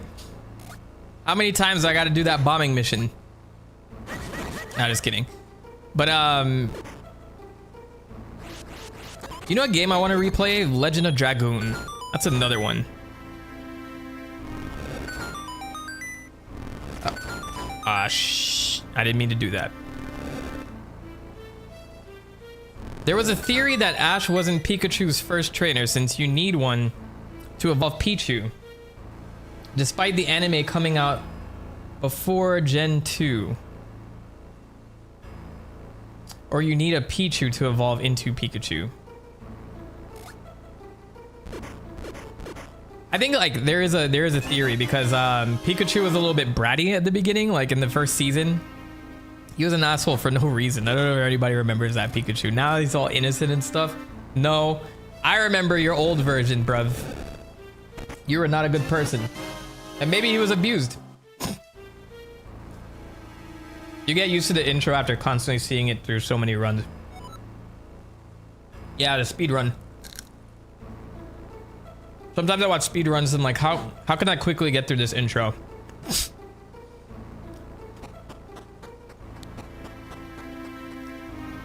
All right, I feel like I'm making progress here, but I also feel like I've been in this dungeon forever.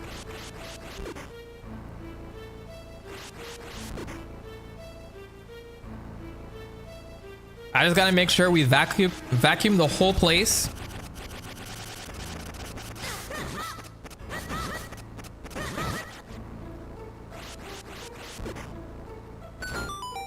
All right, let's grab that. 20 mysterious shells. I forgot what the shells do. I'm sure it's like one of those bonus things. Why do I need this? I feel like those pots were important. Keep moving. I love JRPG games. My favorite genre, and my favorite is Chrono Trigger. I've been hearing some buzz that like, I don't know, there's been buzz about a Chrono Trigger like remaster or remake, HD remake for how long? It's only a matter of time, but oh, I just went in a circle. Okay.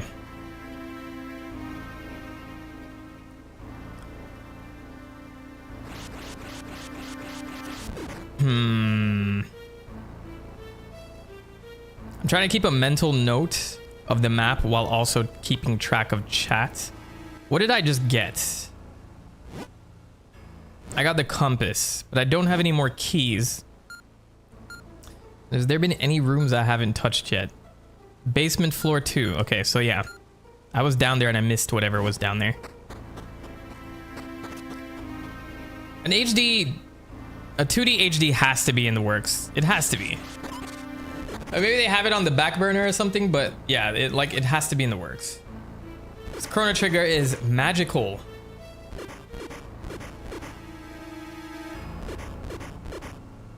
Legend of Dragoon is amazing. Faust is too easy. I think Faust is the final boss, right? Or is that guy? I forgot that guy's name. That guy's name. I also love fighting games, especially classic ones like Marvel vs. Capcom series. I remember the time where everything used to be sprite work, and now it's too much work for everybody and it's too expensive, so we don't do it anymore. Yeah, all the Marvel vs. Capcom stuff can't be beat. X-Men vs. Capcom, like all that cool stuff.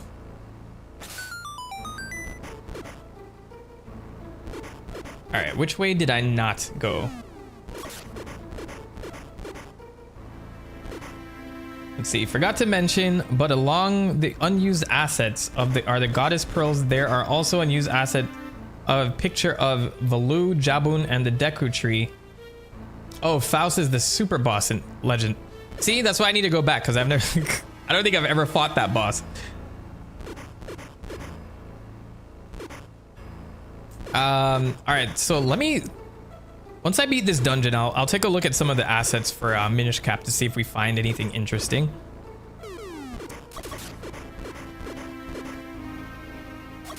Shit. This is open? Oh, I did have a key. All right, so I'm sure that's where the boss key is over there.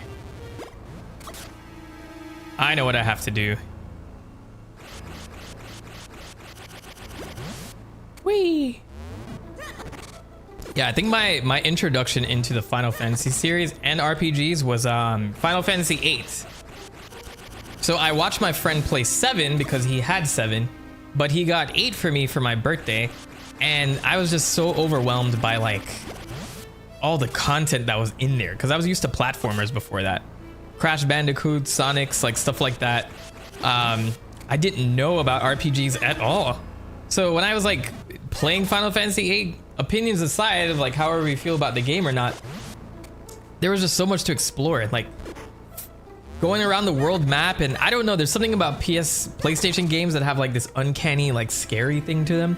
And so like uncovering secrets in Final Fantasy VIII that you didn't know were there were pretty like cool to see. You know what I mean? Like I remember there was this lake or something at the beginning. If you walk around the world map, you go to this lake and it's like there's a shadow looking up at you and it starts talking to you. And I'm like, what is going on here?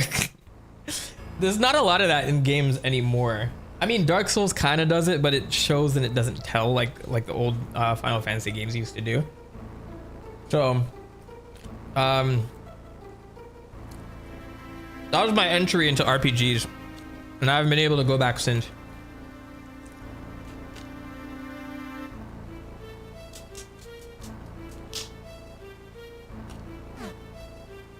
All right, we got our boss key. So now I can fight the boss. Clearly. All right, I'm trying to... This part is so tedious though. And I think there's gonna be more lily pads where I have to do this. So I remember this about, I remember this specifically about Minish Cap. I wonder if I missed a shortcut or something. Hopefully not.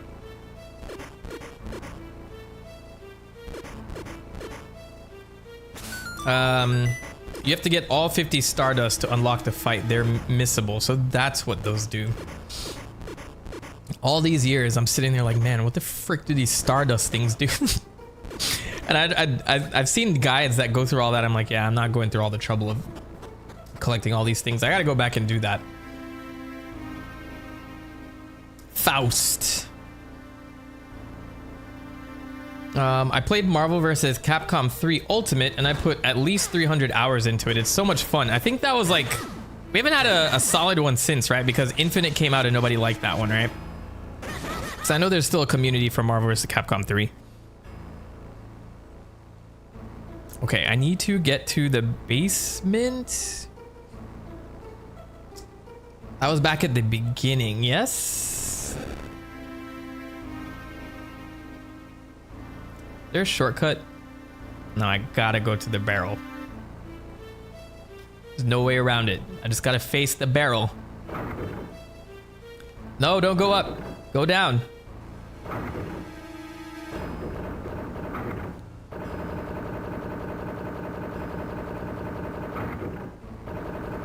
Okay, the fact that I have to do that every time is like frustrating, but we got through it.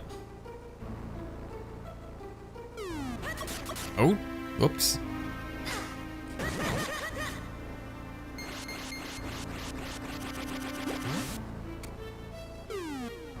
Slugs. Oh, the slugs. All right, so we're back to the beginning. I think that I have to go... Was it up or down? Oh, they both go up. Of course I picked the wrong one. I knew it was the right side, but my mind told me go do the other side. All right, let's go fight this boss.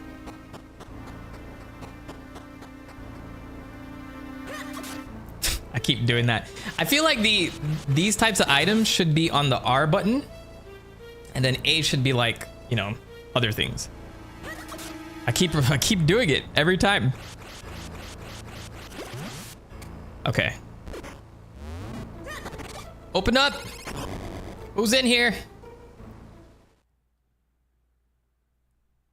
I love the overhead shot of all this stuff too at first.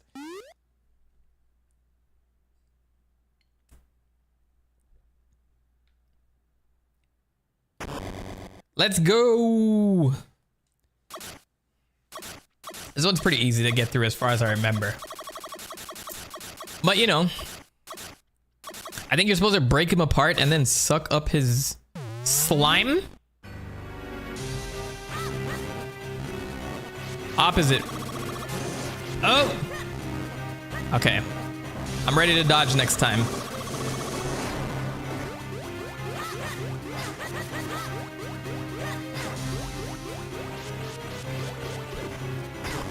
Oh, okay, that's what's... Okay, all right, I get it now. I'm never gonna get hit again. Yeah. Oh, he moves a lot faster now, though. Never mind. I did get hit again.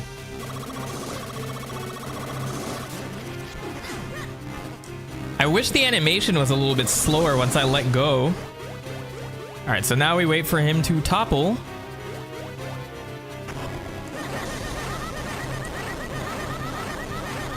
Speed run. Come on, that's bullshit. You know you were dead.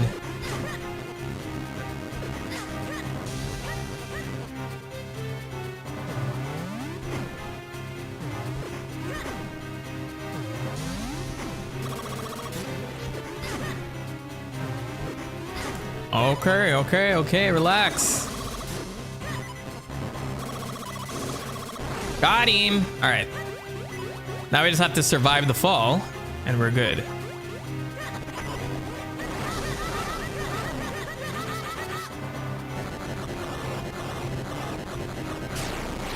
Is that it? We did it!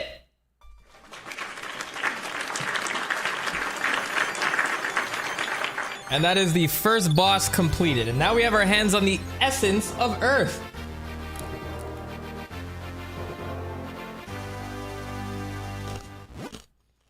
You got the Earth element. The power of the Earth is the source of all living things. The Earth element is the embodiment of that power. Okay. I just finished munching. There we go. Yes, sir. Give me my heart. I wonder if people ever just leave it or forget to get that. And I wonder if it stays if you leave it behind. There's a community update for 3 and Infinite. 3 is getting a huge roster. About 60 characters, new stages, and music. Infinite is also getting a community update too. That's super cool.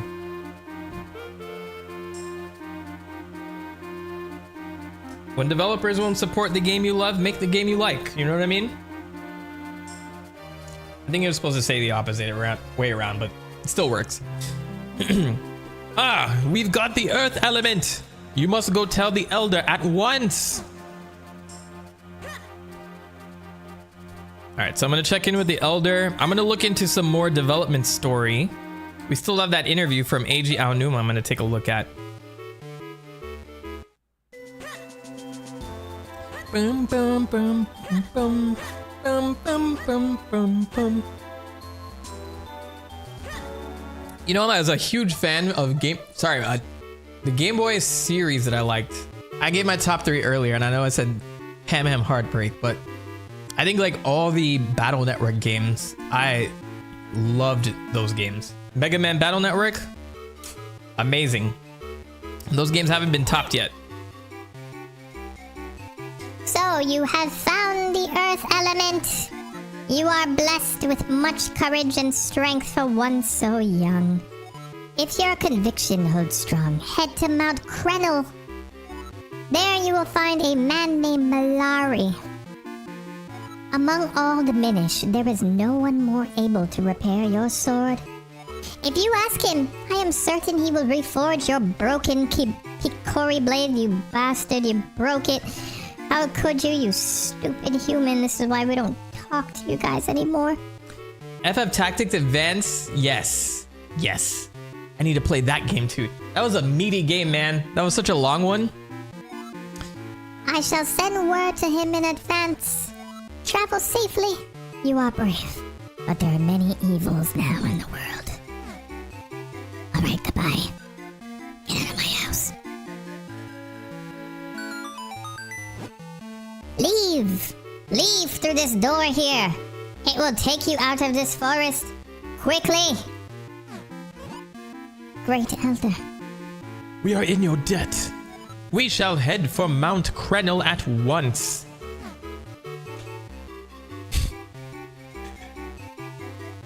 You're ready for the voice change? I've been doing it this whole stream and like I caught everybody off guard earlier. When Zelda and the King were around, it was a wrap. Who's this? Who's in here? Green clothes? eyebrows, and a mystical hat? Sir, would you be by chance Mentok? The one who predicted the Sonic movie and that AMV of Gangster's Paradise? Surely you are. I have heard so many tales about you. I'm Bellari, researcher of antiquities. I am also, well, a bit of an inventor. You know, you won't be able to get back to town due to all the debris. What? It's pronounced debris?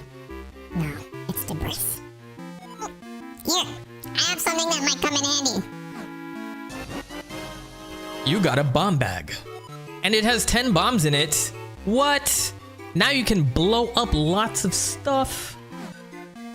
Thank you, Bellari. Man, I didn't know I'd casually get bombs like that. I love how I just forgot everything about this game because it makes it so much more satisfying playing through again.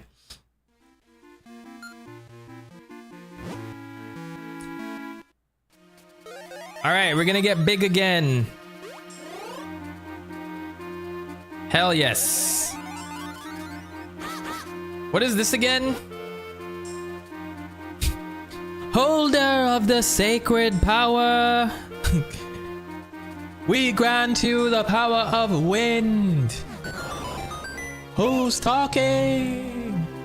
Whoa, it blew up? Hey kid, look at where that stone marker used to be. There's some strange symbol on the ground. Yes, of course. Why, this must be... Well, I haven't the foggiest, to be honest. Oh. That's not what I was supposed to do with it. Quick travel when you get the ocarina. Yes. Yes, quick travels. This is that's similar to Oracle of Ages, actually. You need to be by like trees or something. Oracle of Seasons and Ages. All right, is there anything else in here that I need to see? I have bombs now, so I can go this way. Let's do it. Boom.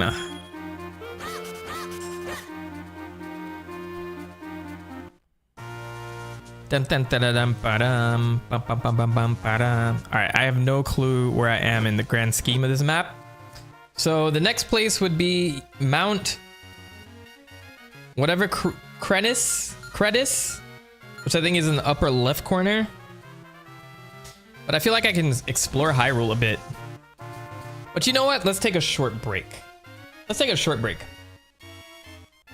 Because I want to read that interview and see if we can uncover anything more about this game. I have mad tabs open. I should close a lot of this. We don't want to hear about Red Ash anymore, or... Let's see, Mitsuhike Takuno. No, that's the composer. That's the gallery. Miyamoto confirms, yada, yada, yada. This was this, yes, okay. So, let me see if I missed anybody in the chat. I have so much fun playing the Battle Network games, even though I didn't know English at the time. Crazy how Kid Me managed to beat them. Yeah, sometimes I go back to certain games, I'm like, how did I beat this when I was 8? And I know nobody helped me because no one around me played video games, so it's pretty cool.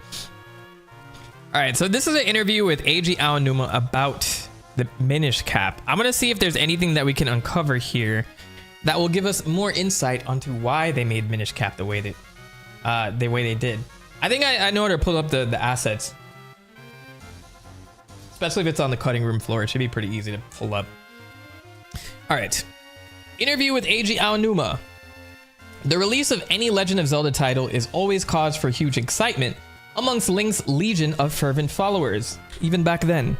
The Minish Cap, out now, is a completely original outing for Link on the Game Boy Advance that any self-respecting Zelda fan shouldn't go without.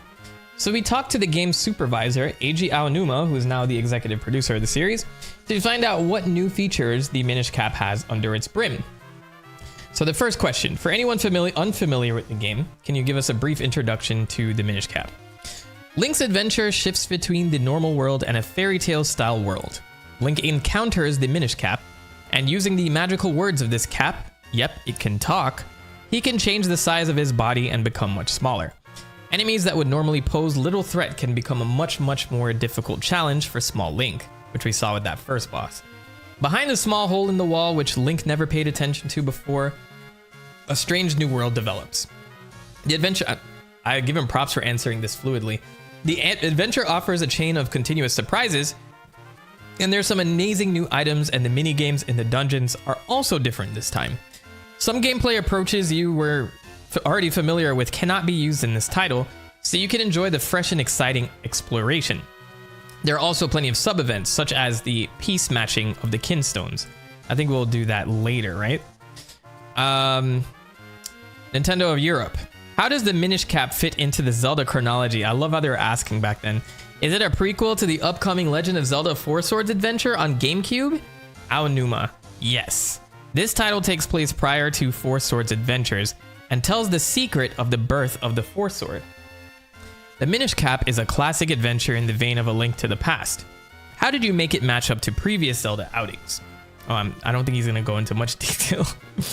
As The Wind Waker was a game in which Link had adventures through a fairy tale-like world, we used the expression toon to describe the style of the game. Similar to this idea in the Minish Cap, Link moves through the world of tiny fairies, a universal fairy tale story. Therefore, we used graphics that were similar in the style to The Wind Waker, and we also used play controls that were in keeping with the GameCube title. There's a new feeling to this game, although it also incorporates the good side of the 2D title, A Link to the Past. Nintendo of America, tell us about some of the inventive gadgets. I don't really want to go into like the Gust Jar, like we know what that does. Are there any surprises you can hint at, like which familiar characters we can expect to bump into? Aonuma says, a town, which looks nothing special at the beginning of the story, turns out to be a very important place in the middle of the game. An event takes place in the town where very important information for the game can be obtained, and if you find the places where small fairies live, there are also many characters which you will be familiar with from previous titles, such as Gorons and Deku Scrubs from Ocarina of Time, and Tingle from Majora's Mask and The Wind Waker. Can you tell us how Zelda fits into the gameplay? There's been some suggestion you can play as her. This guy was so wrong. Aonuma, in this title, Zelda is turned into stone, and the mission is to help her. We will realize the idea of playing as Princess Zelda in another title. That's so funny, because they didn't get to that until Wisdom, Echoes of Wisdom? This guy put this shit off for almost 20 years. Or is it over 20 years? Almost 20 years. Full of shit. Why should Zelda fans be excited about the Minish Cap? What makes it stand out from other adventure games? Aonuma says the most important feature is the shrinking. It creates a surprise that any place can suddenly become a new adventure world. Another new feature is the matching of kinstone pieces. Players collect kinstones, which are similar to pieces of a puzzle, and by matching them with pieces from other characters in the game, something new happens. All these elements make this title a unique and very interactive adventure game. That didn't really tell me much. Normally there's a lot more information in this stuff. Let me pull up the assets now and see what we got here. Cutting room floor. Or Minish Cap. I've been blocked? Is it because my VPN is on? It's because I got that NordVPN. They didn't even pay me. But if I turned it off, would I lose the stream? I'm scared to do that. All right, we're gonna. I'm on a wired connection, so this shouldn't do much. So let's pause it. Pause. In. Yes. All right, good. That rip scared me. I was blacked out for like 2 seconds. Okay. The Legend of Zelda: The Minish Cap. Let's see what we got. At least I know I can turn it on and off without losing the stream entirely, so that's cool. Unused language options. So as we see like some stuff here, if you guys never been to the cutting room floor, this is where you can get all the like assets from different games. I've come here a few times for stuff like Wario World and stuff, especially when they had cut content. Like this. What is going on here? Why is there a half-naked NCP here? I'm gonna use the restroom while you stare at this guy. Look how awkward this is. Oh my god. I'll be right back. You guys keep him company. Let me give you guys better music, actually, just to... There we go. Be right back.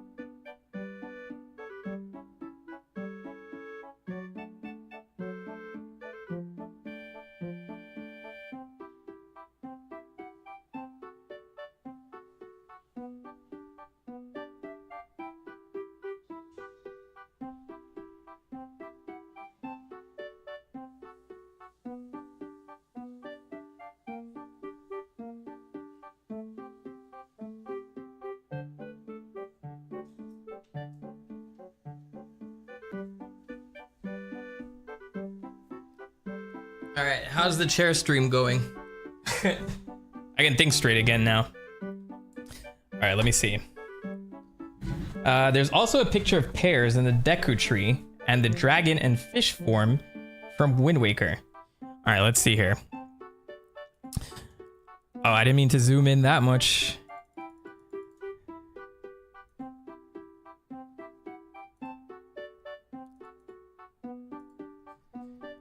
All right, so we have sub pages for this. We have pre-release info, which often has like some cool stuff on it.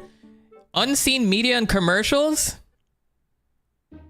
Oh, is this why am I looking up at a Japanese schoolgirl? What is going on here? All right, hold on. B&B asking, Mentok, you prefer a blunt or a joint? You know, I stopped smoking a long time ago. Actually, I know I never really used to be into it, but I would do it socially. But that doesn't answer your question. So I would have to go with a blunt. Because that's a more social experiment there. On the weekends. Yeah. Hope that answers your question. All right, so let's see like what some of this stuff is here. Unreleased things? Why do I feel like I'm in an analog horror game?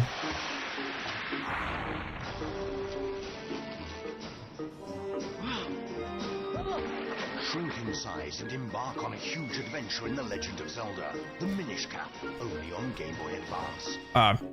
These are all old commercials though. I'm very curious about this one. いつもと変わらない朝、いつもと変わらない道、いつもと変わらない墓地、いつもと変わらない友達。Whoever made this commercial, I see you. I know what you were doing. I know what you were doing.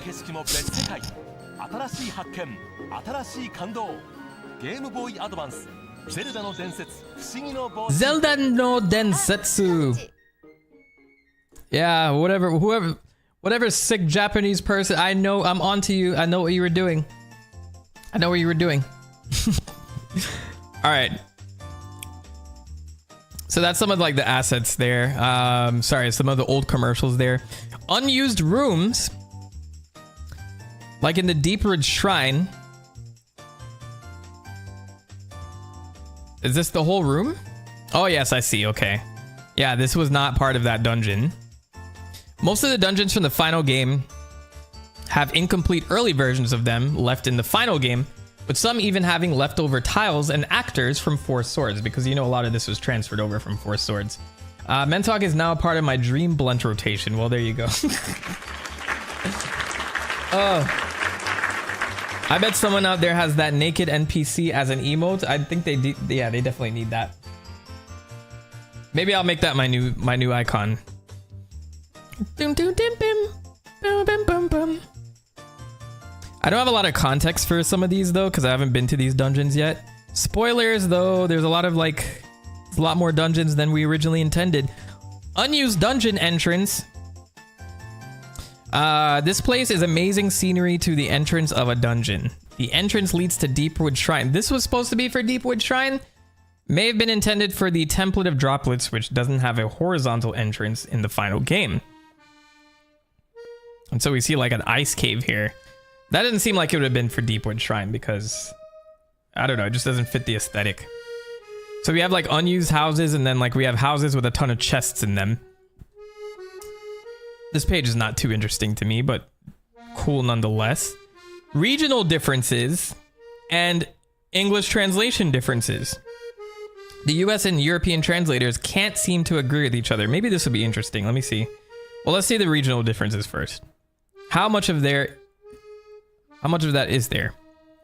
The European version seems to be an earlier build than the North American and Japanese versions, as it contains some bugs that were fixed in the latter two.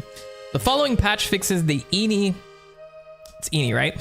Eni's Kinstone Fusion and Palace of Winds bugs and adds the third bomb bag upgrade to Stockwell's shop in the European version. I don't have much context for that yet.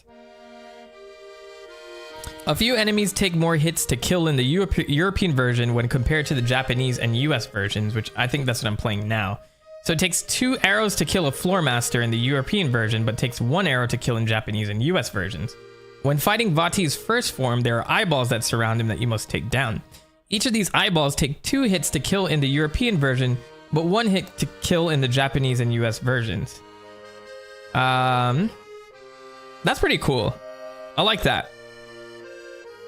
I like that. So that means the European version is the harder version. So why am I here playing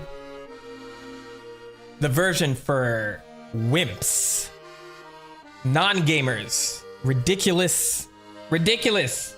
Nintendo, you need to give me the full-on... I was going to say the full-on hard on. I didn't mean to say that. All right. Stockwell shop changes. In the Japanese and North American versions, you can buy a bomb bag for 600 rupees after having bought the boomerang. This upgrade is completely unavailable in the European version. Its data and text aren't even present in the ROM. The price for 30 mysterious shells is 300 rupees in European and 200 in Japanese. So European is the best one to go. Like, you want the hard version, you gotta play European, clearly.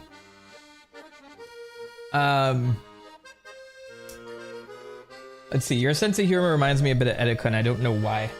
It's because we have the same sense of humor overall. That's why I liked him so much, like watching him, because I'm like, oh, this guy, finally somebody talks like me. Because I like, he literally could have been one of my friends. It's crazy. Like, we have the same exact like interests. So it's scary when I used to watch his streams. I'm like, man, I guess that's why it hit me so hard when he died. Because that was a rough one, and it's sad to see him go the way he did. I'm a Joy-Con boy forever, all day, every day. Rest in peace, man.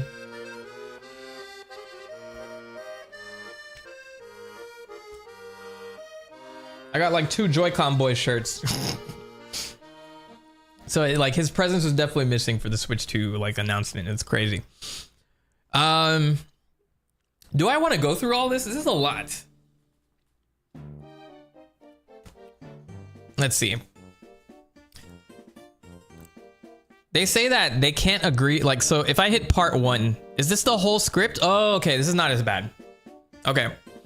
So since we got through all of this, I'll read through this part to show the difference between the Europe and the US version. It's interesting they don't have the Japanese translations there. So during the Pokori Festival in Europe, it says, and this is the 100th year to the day of the last time the Pokori were here. In the US, it says, and this is the 100th year to the day since the last time the Pokori were here. Then why put this here? There's no difference. There's no difference. Europe, the princess who holds the power of light. US, the princess with the mystic aura. I think overall for the series, Power of Light was a better translation. That mysterious power is said to flow in the veins of every royal lady.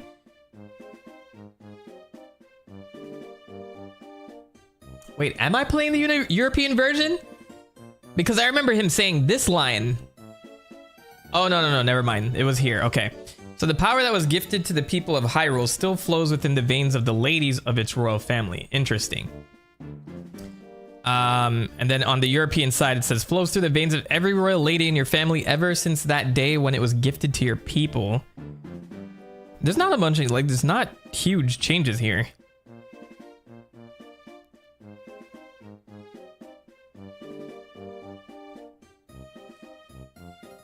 The cutting room floor misled me. Because it's pretty much the same exact stuff, so I'm not too concerned. Maybe it's like stuff later on. And part 4 was never completed? What happened here?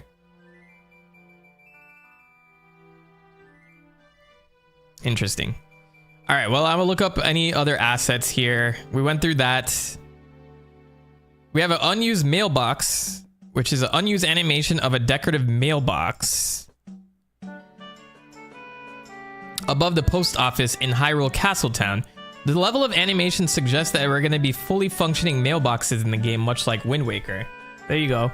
The wiggle animation is actually used in the online Flash demo of the game, archived here. You think Flash still works on my stuff? Rest in peace, Flash player, man. Oh, but I have the Ruffle plugin. Let's play this. Hey, I'm still trying to look for Waluigi's toenail clipping game.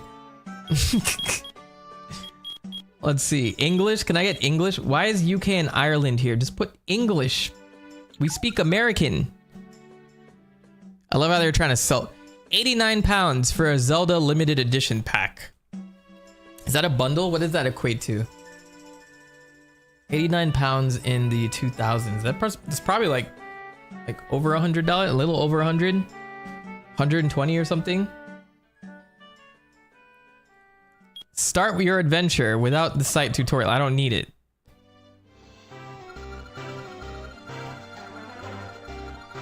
They put an emulator on here? This looks exactly... How is this running in Flash? This is insane. It actually looks good. What are we doing here? Oh, they're literally selling the game to me. Okay, never mind. I don't care. Or is this an original plot? You guys can barely see this, but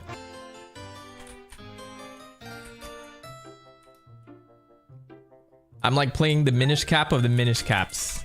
Okay, whatever. I don't need to be here. That was pretty cool though. A strange half-naked figure was probably used to test the characters of the game. He has some strange movements. Use these codes on the screen file selection to change link. What? Use these codes on the screen file selection to change link. Do you mean I can change into that NPC? Is that what you're telling me? These 3 pieces of stained glass are among the decorations of Hyrule Castle and are visible halfway into the Hyrule Castle map test. They show 3 of the Wind Waker's major characters. Yeah, the Deku Tree, Valoo, and Jabun. The 3 Goddess Pearls from the Wind Waker also make an appearance but ended up unused. Why? Explain. I think it's true that they probably were doing like a sequel and then they just changed a lot of stuff and had it coincide with the 4 swords a little bit more than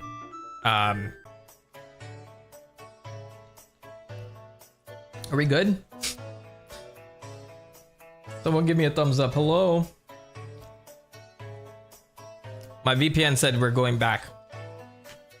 It's protecting me. Okay, cool. My bad. All right, 4 swords and a link to the past leftovers. Of course, we have all of these here. There's unused music. An introduction to the final dungeon that sounds far more dark and foreboding than what the game actually uses. While not used in the game proper, it can be heard as track 2 in the hidden sound test. I need to hear this. Can I play this?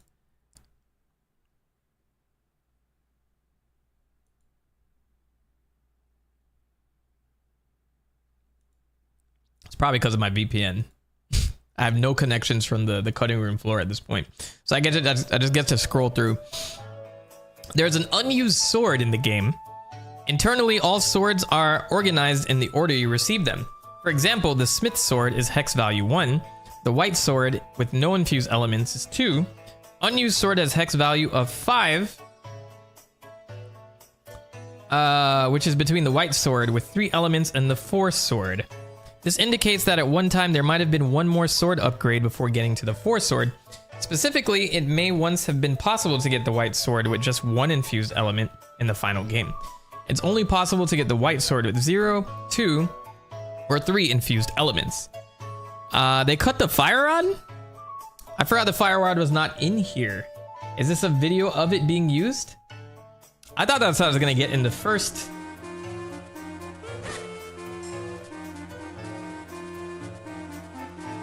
I love this quality. I thought I was gonna get the fire rod in the first dungeon because there's so many like spider webs and things like that. So I feel like that was cut and then they put the gust jar in there instead. So that makes sense.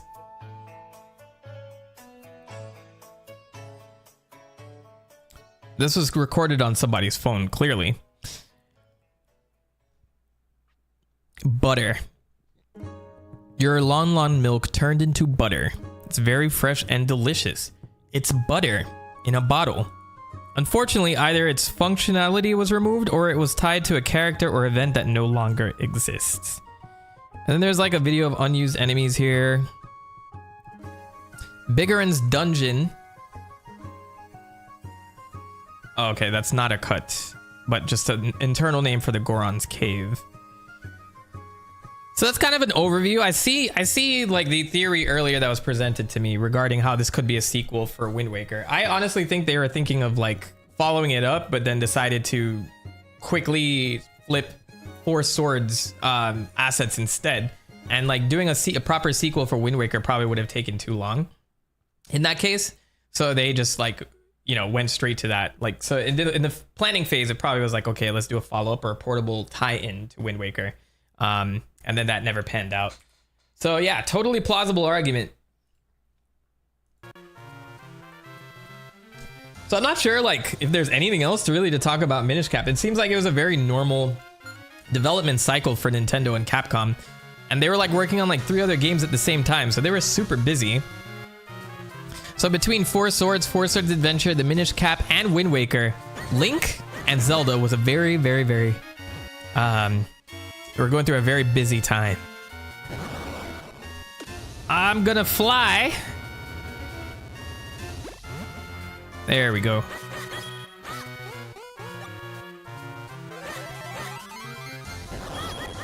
It's a seashell by the seashore. All right, so now I'm gonna like look around for a bit. I think if I want to continue this, you guys let me know like in the chat if you want me to do like another stream for it. I'll keep doing this like on Fridays. At some point I gotta make this video though, so maybe I might not complete it on stream, we'll see. But if there's like 7 dungeons and I really put my mind to it, I think I could do it in like 2 streams. Maybe 3. Hey, look at this kinstone piece. Have you ever seen one like this? What? You don't know what a kinstone piece is? Well, tell you what. Why don't you come back and see me when you get one, okay? Otherwise, get out. Get out of here. Get out of my house. Get. Man, everyone's so nice here.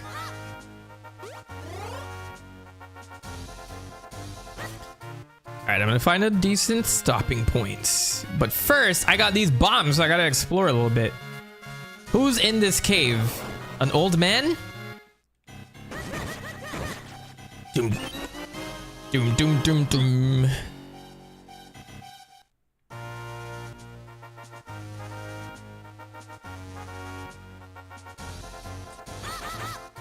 I wonder where Hyrule Castle is from here, though. It should be north of here.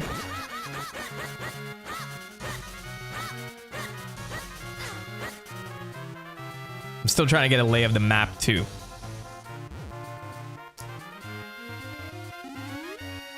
But with all these bombs now, I'm good. All right, so this looks familiar. Hyrule Castle, Hyrule Town, Minish Woods. Where am I supposed to go again? I'll go through Hyrule Town first. Who's the better villain, Vati or Ganon? I think for the sake of the Zelda series, it just depends. Like, do you guys think that Vati could hold down a 3D Zelda? I think you can do anything if you put your mind to it. So like maybe I don't mind so much if Vati had like a game to himself, because I think like just changing up Ganon for a bit would be nice. I'm just very tired of Ganondorf. Like, I like Ganondorf. I think he's a great villain, but it's a little bit much after a while. Like, if it's every game, I don't know. I think, like for Mario, Bowser's always trying something new. You know what I mean? Even when he's not, they change him up a little bit.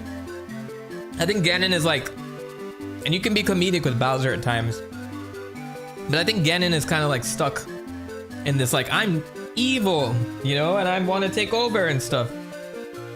And so they haven't explored much with him, especially with Tears of the Kingdom. They tried to, but I didn't really get that vibe, you know what I mean? Mason the Hedgehog, hi, I'm new. I feel like I've seen your name before, but welcome to the stream. We're getting into Minish Cap as I stuff my face. I wouldn't count the other two games that Vati is in though. Like Four Swords Adventure and Four Swords seem a bit distracted. Like having like a game like this again with Vati as the villain would be pretty cool, I think, personally. I broke up with my ex-girl. Sweet dreams, everyone. Here's a number. Psych! That's the wrong number! Yes! Thanks, Sama. Sweet dreams, everyone. If you're going to sleep, thank you. Thanks for joining. Thanks for the donations. $5. I appreciate you, bro. I love all the support you give. Thanks so much. And Mason, new sub. Welcome. I don't stream often, but when I do, I try to leave an impression. Otherwise, my videos, I have confidence in my videos. My streams, I think I just need to be more frequent in my streams. So it takes me like, I'm streaming like once a month right now, but I would hope to like increase the velocity of that a bit. But yeah, thanks for the sub, if you subbed. If not, welcome to the stream. Come on, come on. Wait, I gotta give this guy a proper voice. Come on, come on. See how many kinstone pieces you can collect. You never know what fusing kinstones will do, but it's sure to be good. Come on up and get your free kinstone bag for holding your kinstone pieces. How many more times can I say kinstone? Don't miss out on this incredible, once-in-a-lifetime opportunity. Hey, you children, please. Yes, yes. You're here for the free kinstone bag, aren't you? Come get your kinstone. That's right. Maybe you didn't hear me, but they're free for all kids right now. Mason, thank you for the sub. I appreciate you. Thank you. Welcome to the channel. You said you saw my Mighty and Ray video origins. Man, those are old videos. I feel like I gotta go back and like redo some Sonic stuff, because I go back to those times and I was like, I don't know, I've gotten better. I don't dislike those videos, but I feel like I've gotten so much better, and I could do those characters like a lot more justice now. Like the Sonic series. But it's like, do I take the time to go back and do them again? I don't know. But yes, those are the videos that got me into doing all this stuff, man. I figured out my niche when I started doing that. So thanks for watching those. I'm hoping to get more Sonic content at some point.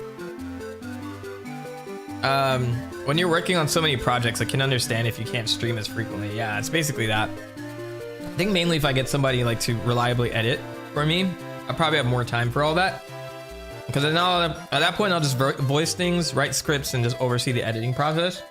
But editors are expensive and rare. Good ones are rare to find. That's right. Maybe you didn't hear me, but they're free for all kids right now. You got a kinstone bag.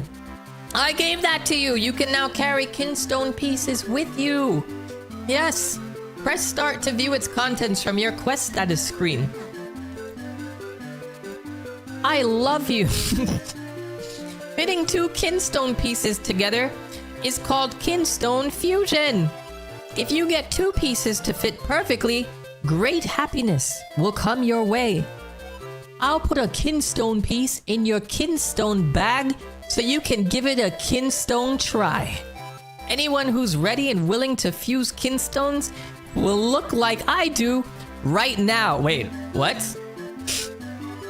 When you see that look in their eyes, that's when you press L. Use the arrow to choose a kinstone piece and press A to try fusing it. Kinstone. Did you catch all of that? Yes, please don't talk to me anymore.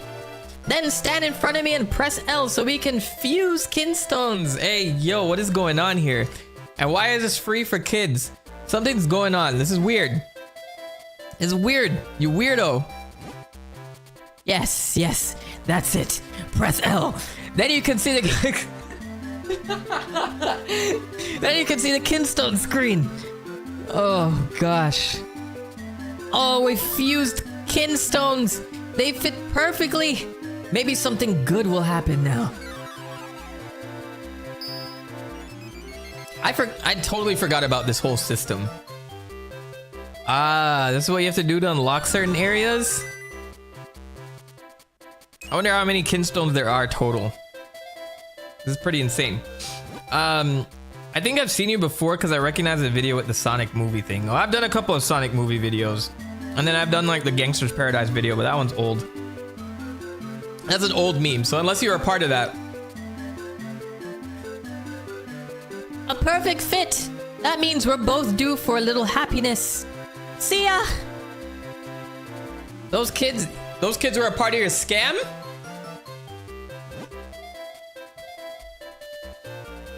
All right, I think I'm gonna call it here. I think it's a good stopping point before I get into like the next plot point and the next dungeon and stuff. I don't know. Let me know. What do you guys think? Should I do another stream, or would you prefer we just do like more chill streams if I ever do it? Because I want to read that Sonic comic with the DC universe. I don't know. Maybe I'll do it next week. But I'm probably gonna be getting back in the flow of things with new content and stuff like that starting next week. So I'm gonna be busy with my head down doing that, but we'll see. If you guys aren't in my Discord, please join that. I have the Discord link in the description below. And if you're not a Discorder type of person, at least follow me on X/Twitter/Instagram. I'm trying to put up more shorts and things like that. So if you guys enjoy content, all of those links are available below. Pick your choice and yeah, go support. That's probably the best thing I can do right now. I'm trying to get to 100,000 subscribers this year. We're at 90. We hit 91,000 today. Yes. So we're like well on the way. I just need 9,000 people. Where can we find 9,000 people? I don't know, but we'll find them and we'll get them to subscribe. Otherwise, thank you guys for joining. It's been an awesome stream. I miss doing things like this, and it's definitely helped me to kind of clear my mind, you know, through all the things that are going on right now. So it's been great. Jet, thanks for joining. Jake Williams, Ellie, thank you. Mason the Hedgehog, welcome to the channel. I hope everything is to your taste. And then all the donations that came through today. Big Boss, Clank-sama, Ellie, Otis, and Philip. Thank you guys so much. You guys make all of this worth it. Trust me. See you later. Have a good one. Peace. We out of here.